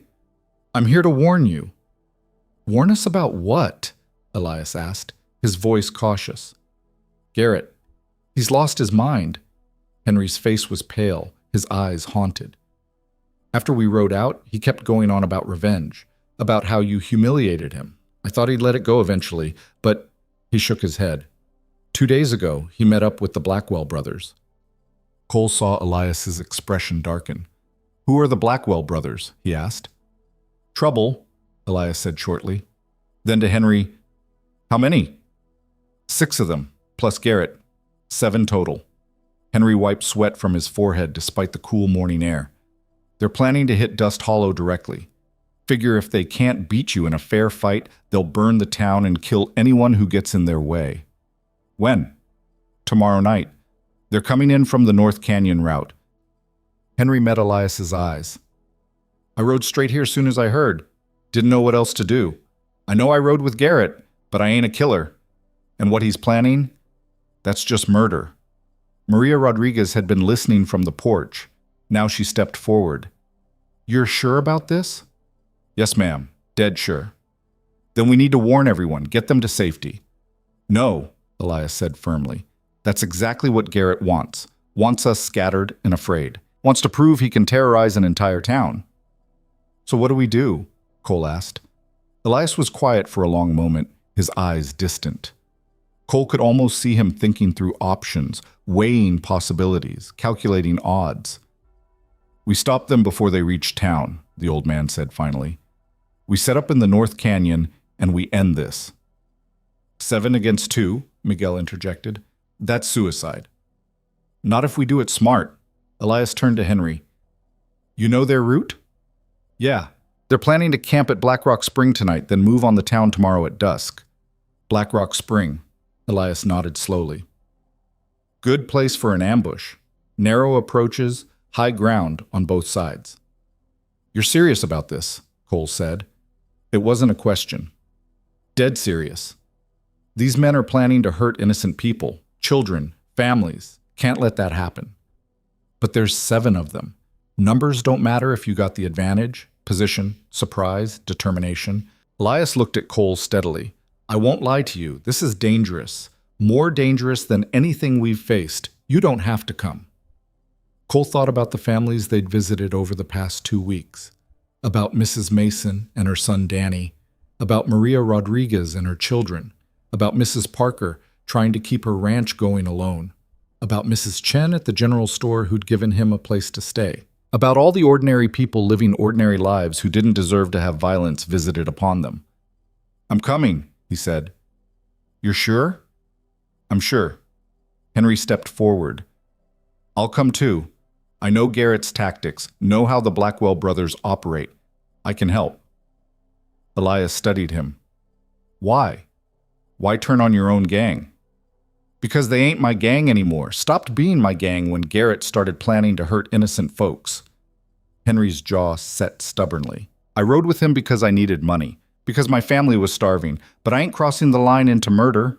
That ain't who I am. All right, Elias said after a moment. 3's better than 2.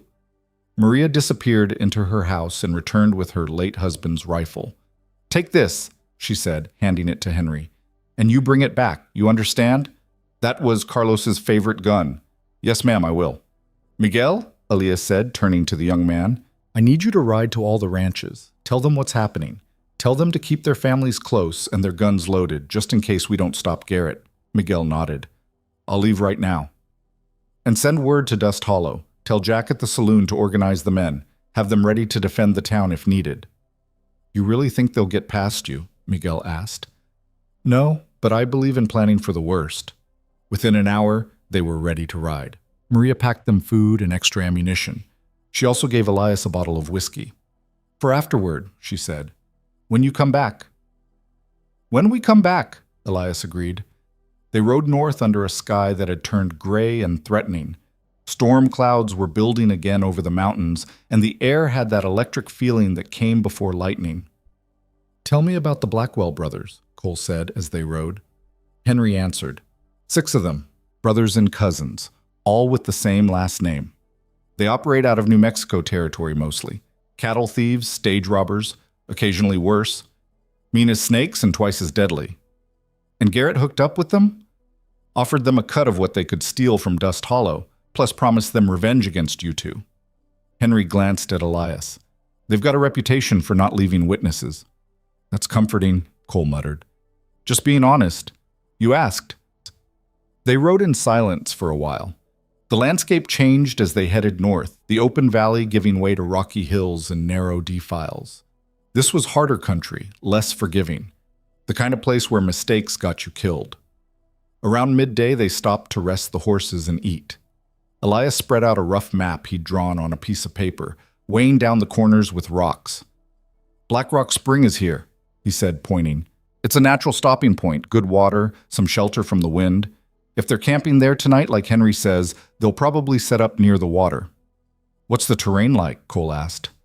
Rocky, lots of cover. The spring's in a basin with high walls on 3 sides, only one way in and out. Elias traced the route with his finger. If we can get into position on the high ground before they arrive, we control the field. And if they arrive before we do, then we get creative. Henry leaned over the map. The Blackwells usually post sentries when they camp. At least 1, maybe 2. Can you take out a sentry quietly? Elias asked Cole. Cole thought about all the hunting he'd done over the years. All the times he'd tracked game through forests and across plains, moving silent as smoke. Yeah, I can. Good, that'll be your job. Henry and I will set up positions on the high ground. When the sentries are down, we'll have them boxed in. And then what? Henry asked. You planning to kill them all? I'm planning to give them a chance to surrender. If they're smart, they'll take it. If not, Elias folded the map. Then we do what needs doing. They reached the approach to Black Rock Spring as the sun began its descent toward the western horizon. Elias held up a hand, signaling them to stop. They dismounted and tied the horses in a sheltered draw where they wouldn't be visible. Then they moved forward on foot. The spring was exactly as Elias had described, a natural basin carved out of rock over thousands of years, with water bubbling up from an underground source. The walls rose 20 feet on 3 sides, creating a natural amphitheater. From the high ground, anyone down in the basin would be completely exposed. And the Garrett gang had already arrived. 7 horses were picketed near the water. 7 men were scattered around the basin, some tending to gear, others starting a fire. Cole could see Garrett clearly, his distinctive black hat visible even in the fading light. The Blackwell brothers were harder to distinguish, all of them dressed in similar dark clothing. Damn, Henry whispered. We're too late. No, Elias said quietly. We're right on time. Look, he pointed. 2 men were posted as sentries, one on the east rim of the basin, one on the west. But they were bored and careless, more interested in watching the camp below than scanning for threats. The east sentry's yours, Elias told Cole. Wait until full dark. Move quiet. Take him down without alerting the others. How? Elias handed him a leather sap, a small club filled with lead shot. 1 good hit to the base of the skull. He'll go down quiet. Cole took the sap, feeling its weight. And if I miss? Don't miss. They spent the next hour working their way into position. The storm clouds had thickened overhead, blocking the stars and moon. It was almost pitch black by the time Cole began his approach to the east sentry.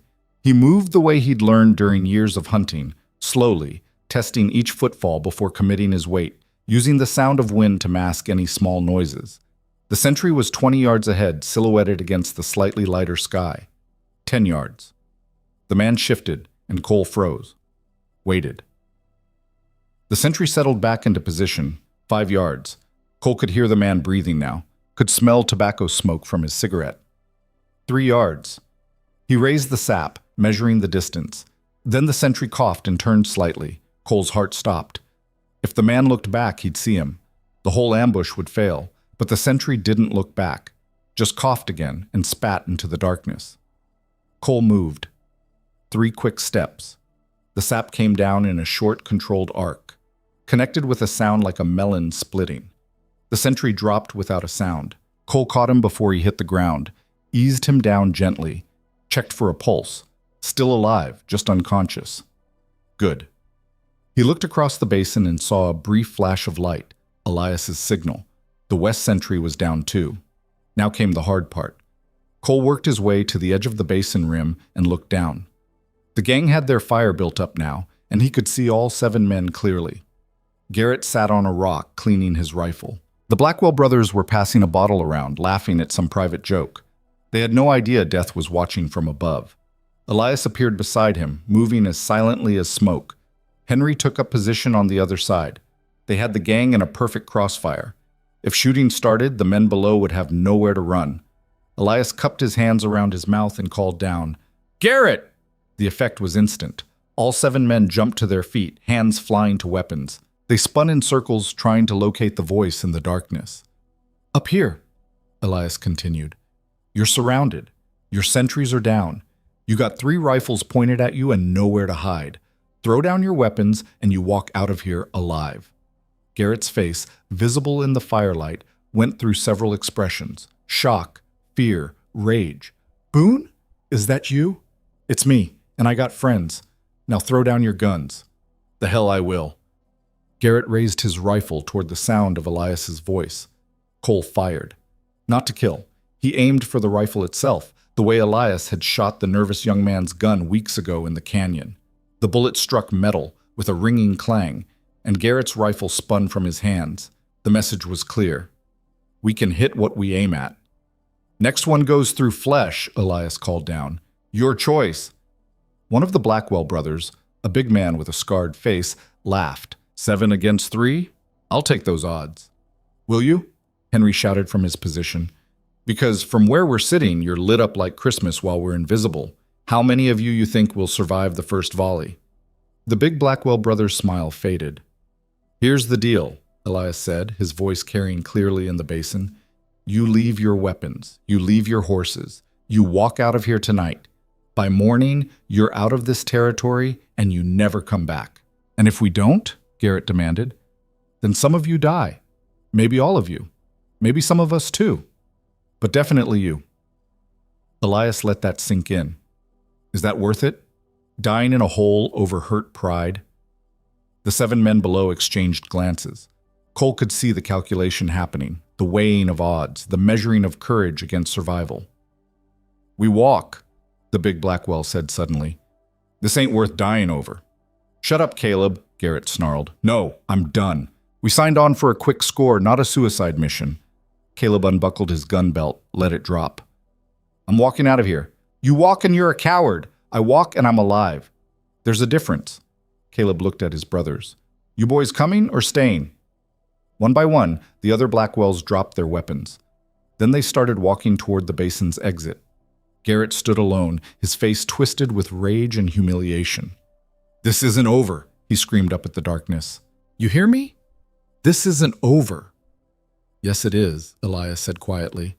Drop your gun, Garrett. Walk away. Live to see tomorrow. For a long moment, Garrett just stood there. Cole could see his hand hovering near the pistol at his hip, could see the internal struggle playing out across his features. Then something broke. Some final barrier between reason and rage. Garrett's hand dropped to his gun. Cole fired, not at Garrett, at the ground beside his feet. The bullet kicked up dirt and sparks from the rocks. But Garrett was already drawing, his pistol coming up, looking for a target in the darkness. Elias fired, then Henry, then Cole again. 3 shots in rapid succession. Not aimed to wound, aimed to stop.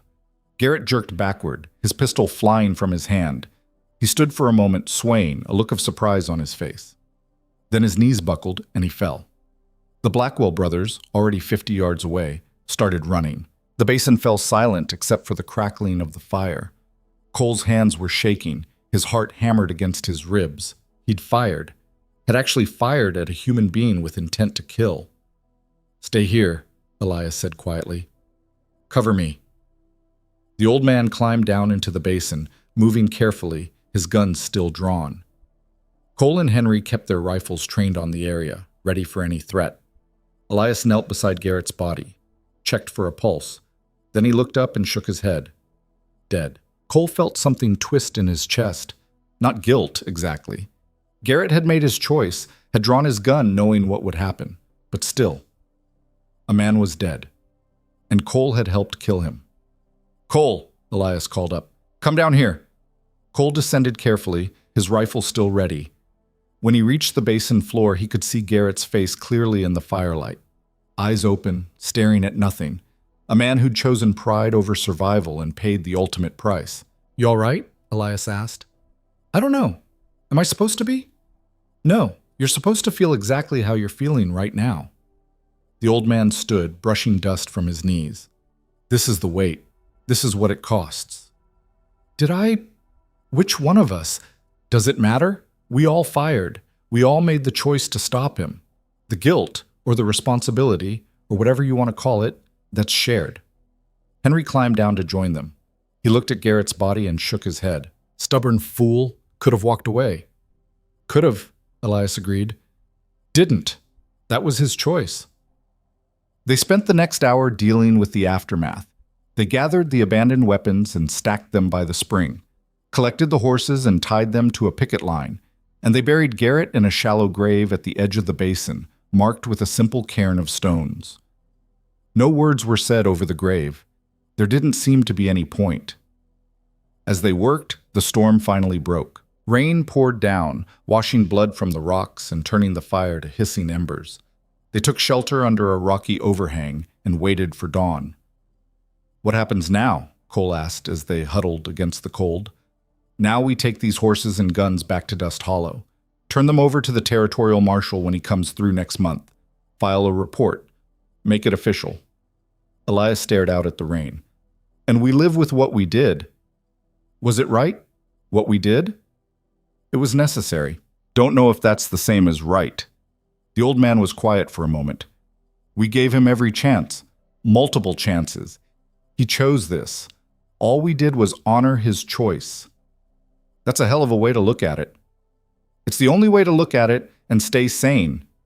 Henry spoke up from his corner of the shelter. "For what it's worth, you boys saved lives tonight. Garrett was planning real harm, women and children. You stopped that." "At the cost of his life," Cole said. "Yeah, that's how it works sometimes. The math ain't always clean." Henry pulled his coat tighter. "But clean math doesn't mean wrong answer." They rode back to Dust Hollow at first light, leading a string of 7 horses and carrying more guns than 3 men should own. The rain had stopped, leaving the world clean and new. Word of what happened had already reached town somehow, probably Miguel spreading the news as he'd warned the ranches. People lined the street as they rode in, watching silently. Jack from the saloon came out, took one look at their faces and the riderless horses, and nodded slowly. "It's done?" he asked. "It's done," Elias confirmed. "Anyone hurt?" "Just Garrett. He didn't make it." Jack absorbed this. He have it coming? He made his choice. "That's answer enough," Jack gestured toward the saloon. "Come on, coffee's hot. And you boys look like you could use it." They tied the horses outside and went in. Despite the early hour, the saloon was full. The whole town, it seemed, had gathered to hear what happened. Elias told it straight. No embellishment, no glory, just the facts. The warning, the ambush, the offer to surrender, Garrett's choice. When he finished, the room was silent. Then old Pete stood up from his table.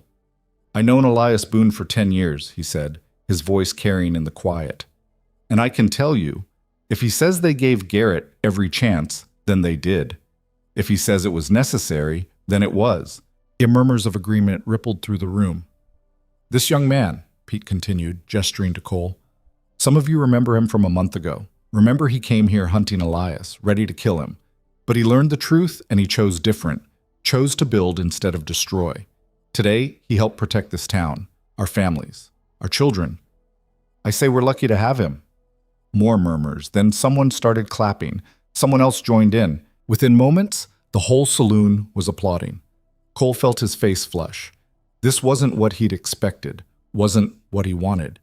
He'd helped kill a man last night, and people were treating him like a hero. But Elias leaned close and whispered, "Let them. They need this. Need to know someone's looking out for them. Just accept it with grace." So Cole nodded his thanks and tried not to think about Garrett's face in the firelight. They spent the rest of the day writing reports and securing the captured horses and weapons. The territorial marshal wouldn't be through for weeks, but everything needed to be documented properly. That evening, as the sun set over Dust Hollow, Cole found himself back at Elias's cabin. The old man had the whiskey Maria Rodriguez had given them, and he poured 2 generous glasses. "To surviving," he said, raising his glass. "To surviving," Cole echoed. They drank in silence for a while. Then Cole asked the question that had been burning in his mind all day. "Does it get easier, the weight of it?" "No," Elias said honestly. "You just get stronger at carrying it." "Is that enough?" "Has to be. Because the alternative is letting men like Garrett hurt innocent people. And I can't live with that." "Neither can I," Cole realized. "Neither can I." They finished the bottle as night fell over the territory. And somewhere in that darkness, Cole Maddox became something he'd never imagined being. Not a hunter, not a killer, but a protector. A guardian of ordinary people living ordinary lives. A man who'd finally found his purpose. The nightmares started 3 days after Black Rock Spring. Cole would wake in the dark, drenched in sweat, Garrett's face burned into his vision. Sometimes the dead man was screaming. Sometimes he was laughing. Sometimes he just stared with those empty eyes, and that was worse than anything. He didn't tell Elias, didn't tell anyone, just lay awake until dawn, then forced himself through another day of patrol and repairs and pretending everything was fine. But it wasn't fine. On the 6th night, he gave up trying to sleep entirely. He sat on the porch of Mrs. Chen's general store, watching the stars and trying to remember what it felt like before he'd killed a man. "You gonna sit there all night, or you gonna come have some coffee?" Cole turned. Elias stood in the street, fully dressed despite the late hour. He gestured toward his cabin. "Come on, I got something to show you." Inside the cabin, Elias did have coffee ready. He also had a bottle and 2 glasses. He poured coffee in one glass, whiskey in the other, then slid the whiskey toward Cole. "Drink that first," he said. "Then we'll talk." Cole drank. The whiskey burned, but it loosened something tight in his chest. "How'd you know I wasn't sleeping?" he asked. "Because I've been where you are. I know what it looks like." Elias sat across from him. "The nightmares?" "Yeah. They'll fade. Not disappear. They never disappear. But they'll fade. The edges get softer. You learn to carry it." "When?" "Different for everyone. Took me 6 months after my first kill. You might be faster or slower. Point is, it gets manageable." Cole took another drink. "I keep thinking about his face. Keep wondering if we really had to kill him. If there was some way—" "Stop," Elias said firmly. "That way lies madness. You can second-guess yourself into paralysis. We gave Garrett every chance. Multiple chances. He chose to draw. That's on him, not us." "Doesn't feel that way." "I know, but feelings lie sometimes. Facts don't. The fact is, we did what we had to do to protect people. The fact is, Garrett would have killed innocents if we hadn't stopped him. The fact is, you saved lives. By taking one. Yeah, that's the job. It's ugly and it hurts and it leaves scars, but somebody's got to do it." Elias poured himself whiskey now. "You want to quit? I'll understand. This life ain't for everyone." Cole thought about it, really thought about it. About packing up and riding out of Dust Hollow, leaving all this behind, finding some quiet place where violence never came calling. But then he thought about Mrs. Parker's fence, about the Rodriguez children playing in their yard, about Danny Mason's laugh and Mrs. Chen's sharp wit and all the ordinary moments that made up a community. "No," he said. "I'm not quitting." "You sure?" "I'm sure. I need to figure out how to do this without it destroying me." "That's fair, and I can help with that. But Cole?" Elias met his eyes. "It's always going to cost something. The trick is making sure the cost doesn't exceed the value." They talked until dawn, Elias sharing strategies he'd learned over 20 years of carrying the weight. How to separate necessary from unnecessary guilt. How to honor the dead without being haunted by them. How to remember you were human, not a machine. "Some men shut down," he said as the sky began to lighten. "Make themselves hard and mean so they don't feel it. But then they lose what made them good in the first place. They become the thing they're fighting against. And the alternative? You feel it, all of it, and you use that feeling to make sure you never kill unless you absolutely have to. Let it be a burden, not a scar. Let it remind you that every life matters, even the ones you have to take." Cole absorbed that. "Is that what you do?" "It's what I try to do. Don't always succeed, but I try." The conversation helped. Didn't solve everything, didn't erase the nightmares, but it helped. Cole felt less alone in it, less like he was drowning. 2 weeks later, word came from the territorial capital. A formal inquest would be held regarding the shooting at Black Rock Spring. Cole and Elias would need to testify. The inquest was held in a converted saloon in a town called Copper Ridge, about 2 days' ride south. A territorial judge presided, an older man with spectacles and a no-nonsense manner. A dozen citizens made up the jury. Henry testified first, describing Garrett's plan to attack Dust Hollow and the ambush at the spring. His testimony was clear and damning. Then Elias took the stand. He walked through every detail methodically. The multiple warnings they'd given. The chances for surrender. Garrett's decision to draw. "And you fired upon him?" the judge asked. "We did. All 3 of us. With intent to kill? With intent to stop the threat. If that meant killing him, then yes. Some might say you could have wounded him instead. Elias's jaw tightened. Your Honor, when a man's drawing a gun on you in the dark, you don't have time for precision shooting. You aim center mass and you fire to stop the threat. That's how you stay alive. The judge made a note. Understood. And you maintain this was necessary? I maintain that we gave Garrett every opportunity to walk away. He chose violence. We responded in kind. When Cole's turn came, his hands shook slightly as he approached the stand. The judge asked him to describe the events in his own words. Cole told it straight. No embellishment, just what happened.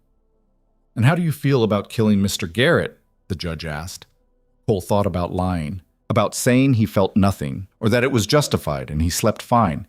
But Elias's words from that night echoed in his head. Tell the truth. Own it. I feel terrible, he said honestly. I wish there'd been another way, but I also know that if we hadn't stopped him, innocent people would have died. So I carry both those things, the regret and the necessity. And I try to use them to make sure I never kill unless I absolutely have to. The judge studied him over his spectacles. How old are you, son? 27, sir.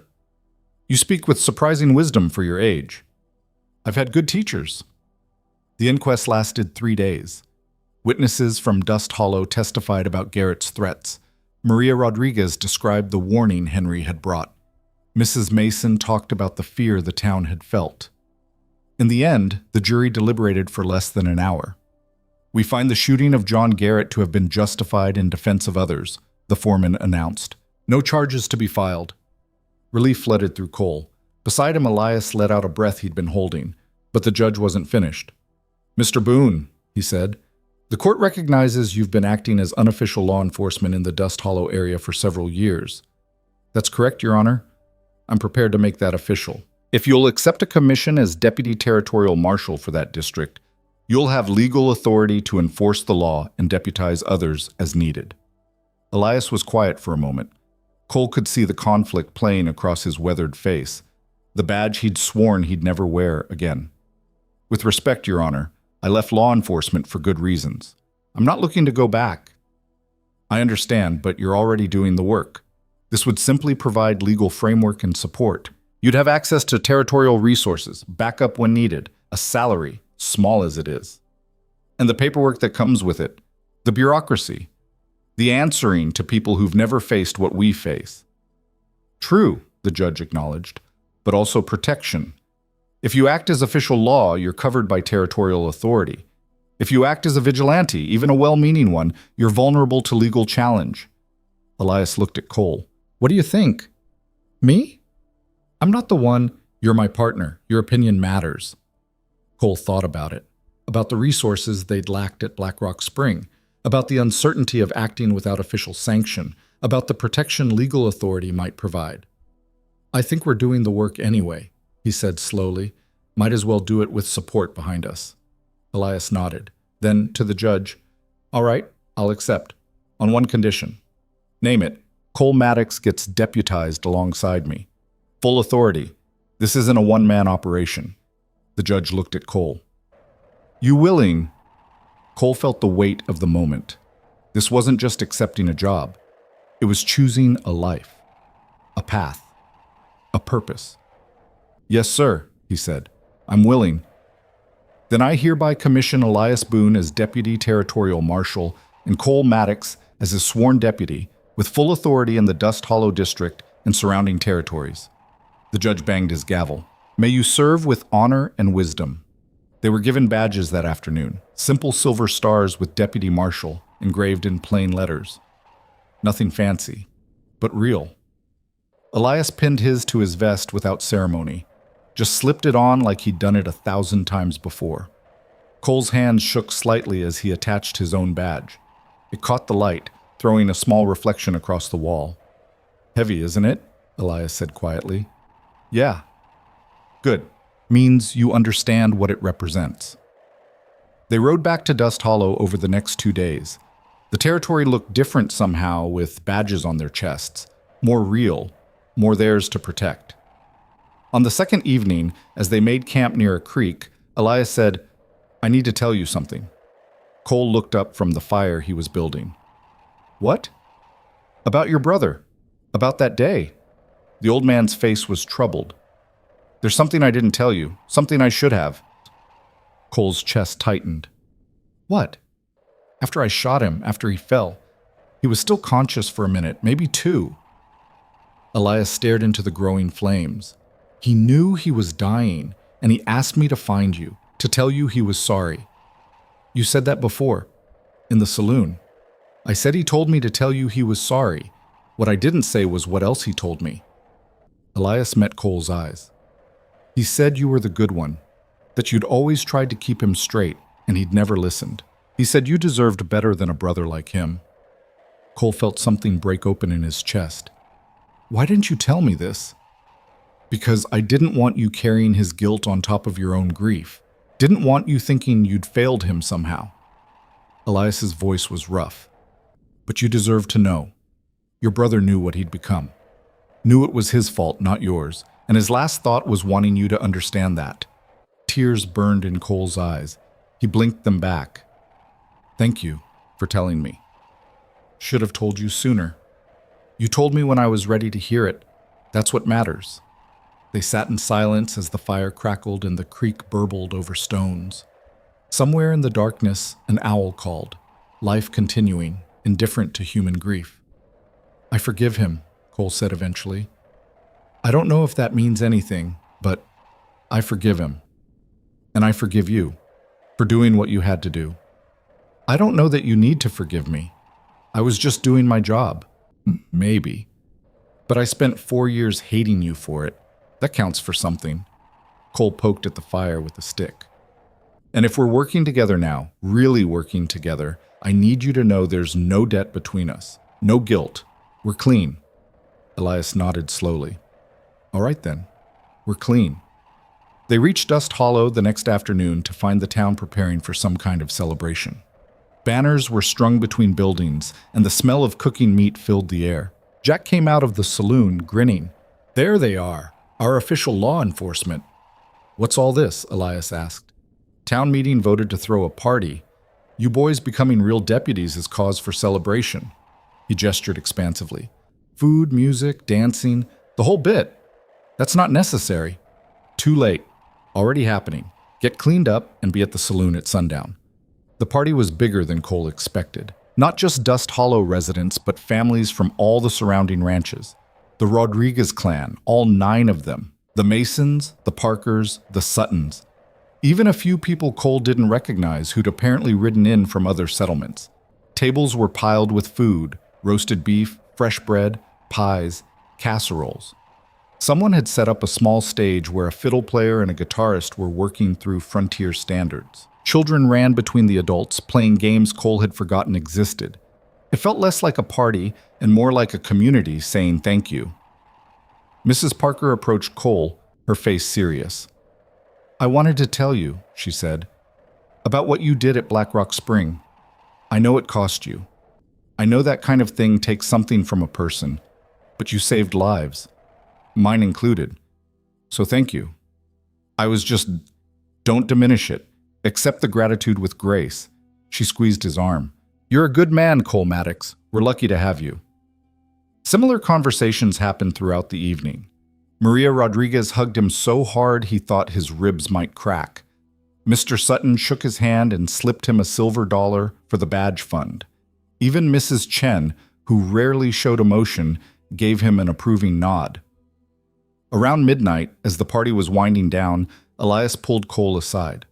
"Walk with me," he said. They headed out of town, up a small rise that overlooked the valley. The moon was full, painting everything in silver light. From here, they could see the scattered ranches, the dark shapes of grazing cattle, the ribbon of creek cutting through the landscape. "This is what we're protecting," Elias said. "Not some abstract idea of law or justice. These specific people living these specific lives in this specific place." "I know." "Do you?" "Because it's easy to lose sight of that. Easy to start thinking of it as a job instead of a calling. But the minute you forget what you're protecting, you start becoming what you're fighting against." Cole looked at the sleeping valley, at the homes where families slept, trusting that someone was watching over them. I won't forget.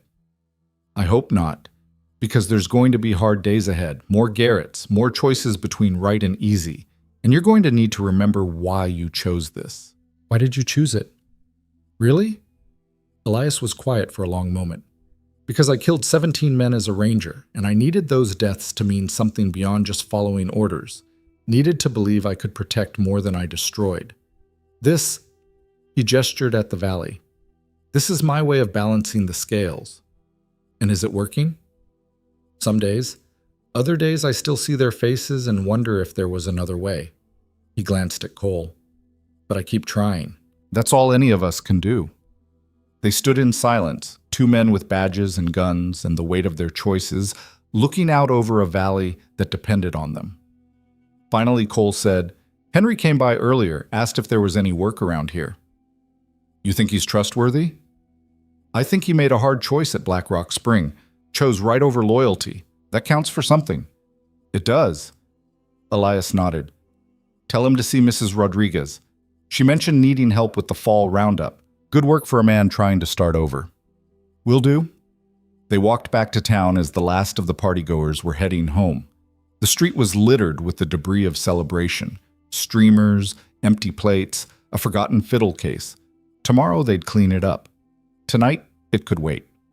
Cole climbed the stairs to his room above the general store, sat on his bed, pulled out the wanted poster he'd carried for 4 years.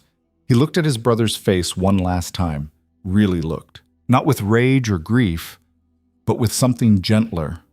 Acceptance, maybe. Understanding. "I'm okay," he said to the image. "I found my way. Hope you're at peace wherever you are." Then he folded the poster for the last time and placed it in an envelope, wrote Thomas Maddox on the outside, and put it in the bottom drawer of his dresser beneath his spare clothes.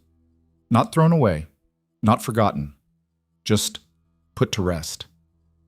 He lay back on his bed and closed his eyes. And for the first time since Black Rock Spring, he slept without nightmares. The weeks that followed fell into a rhythm. Cole and Elias rode patrol 3 days a week, checking on the ranches and handling small disputes. They broke up 2 fistfights at the saloon, recovered some stolen tools from a drifter, and helped Mrs. Sutton's pregnant mare through a difficult birth. Nothing dramatic, just the everyday work of keeping a community safe and functional. Henry took the job with the Rodriguez family and proved to be a hard worker and quick learner. Miguel Rodriguez reported that the former outlaw was teaching their youngest how to rope and ride. "Man's got a gift with kids," Miguel said. "Who'd have thought?" One evening, about 6 weeks after Black Rock Spring, riders appeared on the northern road. Not outlaws this time, but something potentially more troublesome. A cattle baron named Thaddeus Crane and 6 hired guns. Cole and Elias met them at the edge of town. "Help you gentlemen with something?" Elias asked, his hand resting casually near his gun. Crane was a big man, well-dressed, with the arrogance that came from too much money and too little opposition. "I'm looking for whoever's in charge around here." "You're looking at them. Deputy Marshals Boone and Maddox." Crane's eyes flicked to their badges, and something like respect crossed his face. "Actual law. Good. I'm here about water rights. The creek that runs through this valley feeds into my land downstream. I'm planning to dam it, divert the flow." "That creek feeds every ranch in this valley," Cole said. "You dam it. You kill their herds." "Not my concern. I own the land where the creek enters my property. I can do what I want with it." "Maybe legally," Elias said. "But practically? You dam that creek and you're starting a war. These ranchers will fight, and we'll be obligated to protect them. Against me? I have legal standing. You have legal standing and 6 guns. They have community and 2 marshals who know this territory better than you ever will. How do you think that plays out?" Crane's jaw tightened. "Are you threatening me?" "Informing you. There's a difference." Elias's voice remained calm. "But I got a counter-proposal. You want water for your cattle? Fine. We work out a sharing arrangement. The valley ranchers agree to let a certain percentage flow through. You agree not to dam it completely. Everyone gets what they need. Why would I agree to that when I can just take it all? Because taking it all starts a fight you might not win. Sharing costs you nothing and buys you goodwill, makes you a neighbor instead of an enemy." Cole watched the calculation happen in Crane's eyes. The measuring of risk versus reward. "I'd need guarantees," Crane said finally. "I'll draw up an agreement, get all the ranchers to sign, legally binding, enforceable by territorial law. And if they don't honor it, then we enforce it. That's what marshals do." Crane thought about it for another long moment. Then he nodded. "All right, draft your agreement. I'll review it." They spent the next week working out the details. Cole rode to every ranch explaining the situation and getting agreements. Not everyone was happy about sharing, but they all understood the alternative was worse.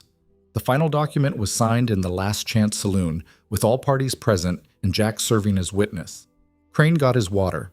The ranchers kept their herds alive, and a potential war was avoided through negotiation instead of gunfire. After Crane and his men rode out, Mrs. Rodriguez approached Cole. "You're learning," she said approvingly. "Learning what?" "That the gun is the last option, not the first. That talking's harder than shooting, but more useful." She smiled.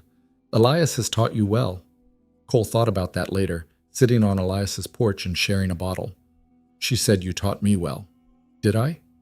"About the gun being the last option." "Yeah, you did." "Good.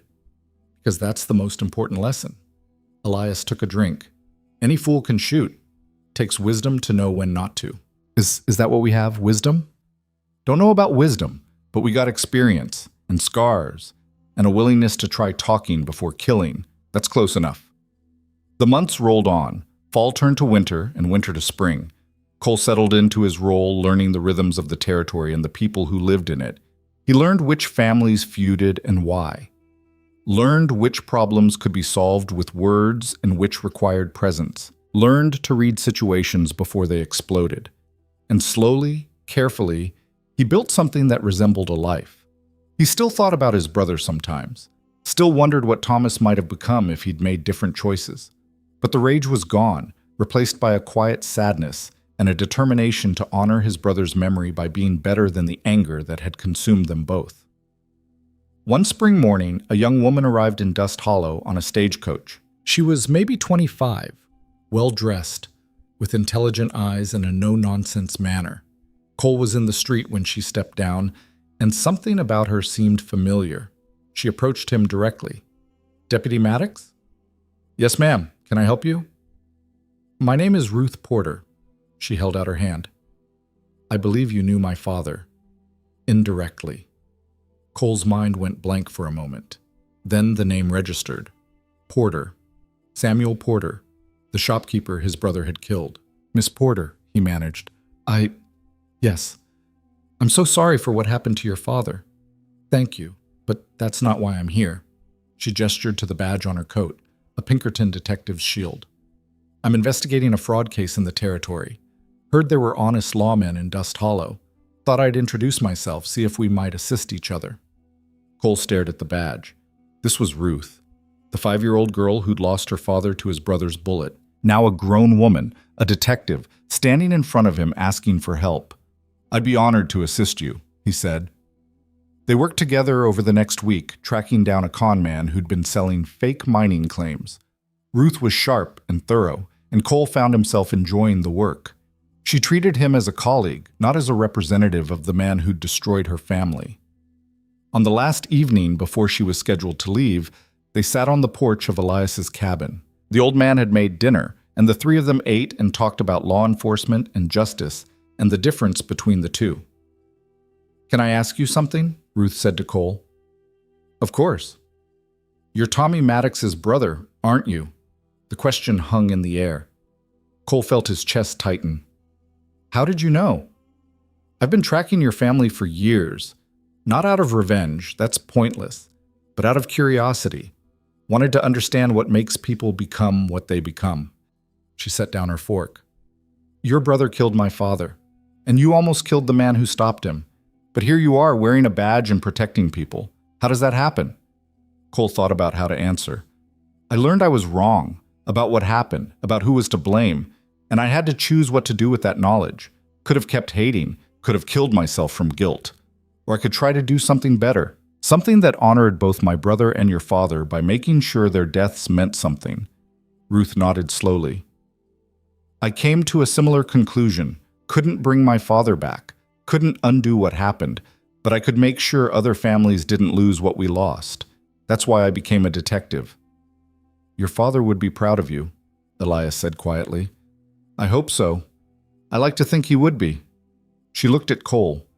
And I think Tommy would be proud of you too. You became what he couldn't. After Ruth left the next morning, Cole felt something shift inside him. Some final piece settling into place.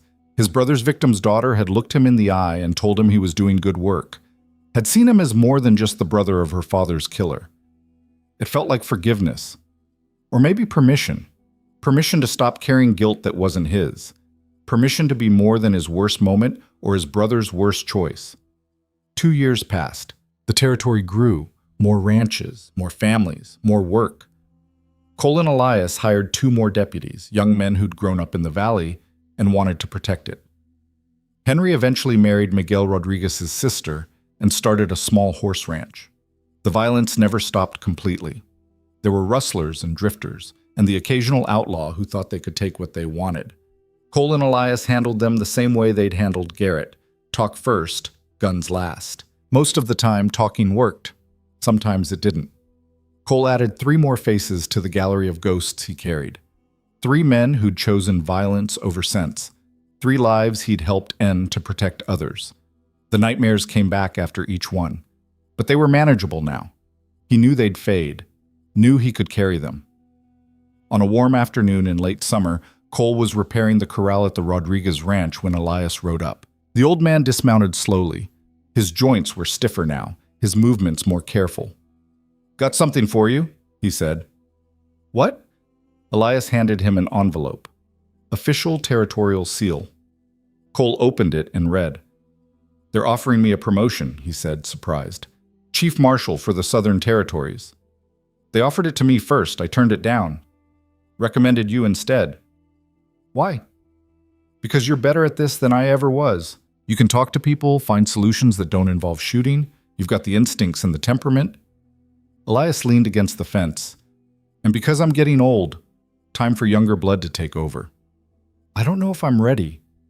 Nobody's ever ready, but you're capable, and you care. That's what matters. Cole looked at the letter again. It meant more responsibility, more territory, more problems, but also more resources to help people, more authority to make real change. What about Dust Hollow? Who'd watch over things here? Henry's ready, and the 2 young deputies we hired are solid. They don't need me hovering anymore. Don't need you either, truth be told. So you're retiring? Thinking about it. Got my eye on a cabin up in the mountains. Quiet place. Good fishing. Figured I'd earned some peace. Cole felt a pang at the thought of Elias leaving. The old man had become more than a partner, more than a mentor. He'd become the closest thing to family Cole had left. I'll take the promotion, he said. On one condition. What's that? You don't disappear. You stay in touch. Visit sometimes. Let me know you're all right. Elias smiled. I can do that. 3 months later, Cole stood in the territorial capital, receiving his new badge and commission. Chief Marshal. Authority over 6 territories. A staff of 20 deputies. Real power to make real change. Ruth Porter was there, representing the Pinkertons. She shook his hand warmly. Your brother would be proud, she said again. I hope so, Cole replied. I really do. Elias was there too, looking uncomfortable in formal clothes, but proud nonetheless. After the ceremony, they found a quiet bar and shared a bottle. Strange how things work out, the old man said. You came to kill me. Now you're running half the territorial law enforcement. Stranger than that, I'm sitting here drinking with the man I hated for 4 years, and he's the best friend I have. Life's funny that way. The people who challenge us the most are often the ones we need the most. Is that wisdom or whiskey talking? Bit of both. They drank in comfortable silence. Then Elias said, You know what the difference is between justice and revenge? Tell me.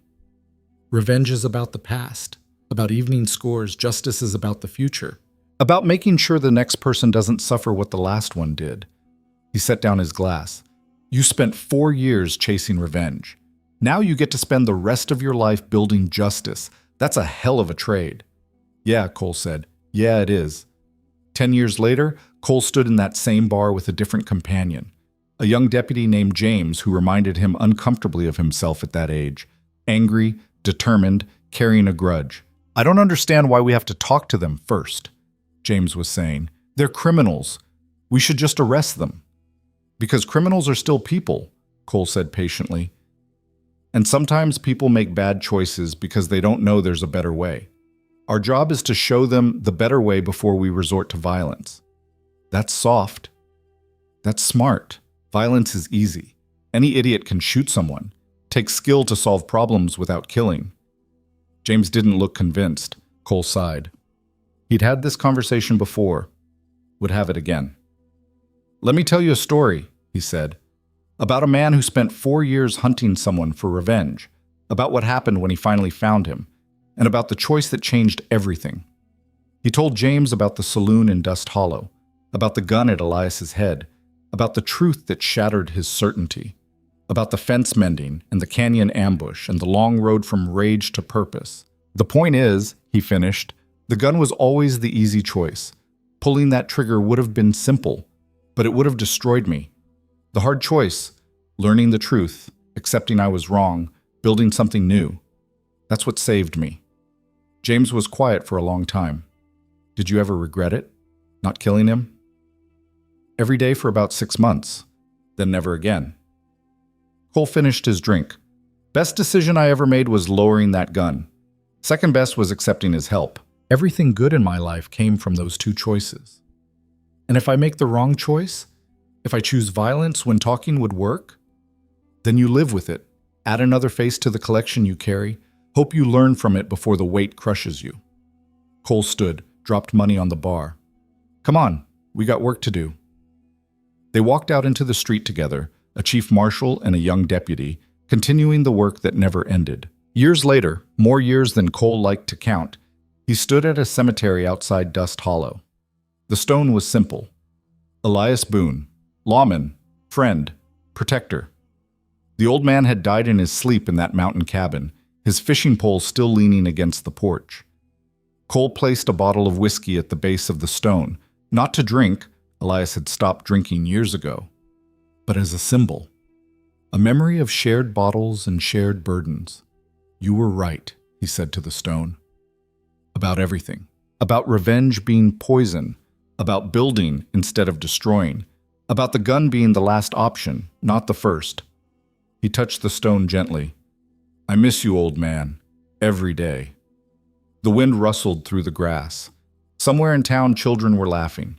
Cole walked back to his horse and rode toward that laughter. Toward the life that continued. Toward the work that was never finished. He was 60 now, his hair gray, his joints stiff. But he still rode patrol when he could, still listened to people's problems and tried to find solutions that didn't involve violence. Still remembered the morning he'd walked into a saloon ready to kill and walked out ready to build. That morning had defined everything that followed, had set him on a path from darkness into light, from rage to purpose. And as he rode through the valley where it all began, past ranches where grandchildren of the families he'd protected now worked the land, past the spot where Garrett had fallen, past the last chance saloon where his life had changed forever, Cole Maddox understood something fundamental. Out here, survival wasn't about how fast you drew. It was about knowing when not to. It was about choosing justice over vengeance, building over destroying, purpose over rage. And in making that choice, in lowering that gun all those years ago, he hadn't lost himself. He'd finally found who he was meant to be. The sun was setting over Dust Hollow, painting the sky in shades of gold and crimson. Cole rode toward it, an old man with a badge and a purpose, and a past he'd transformed into something worth living for. Behind him, the graves of men he'd killed. Ahead of him, the town he'd helped protect. And inside him, finally, after all these years, peace.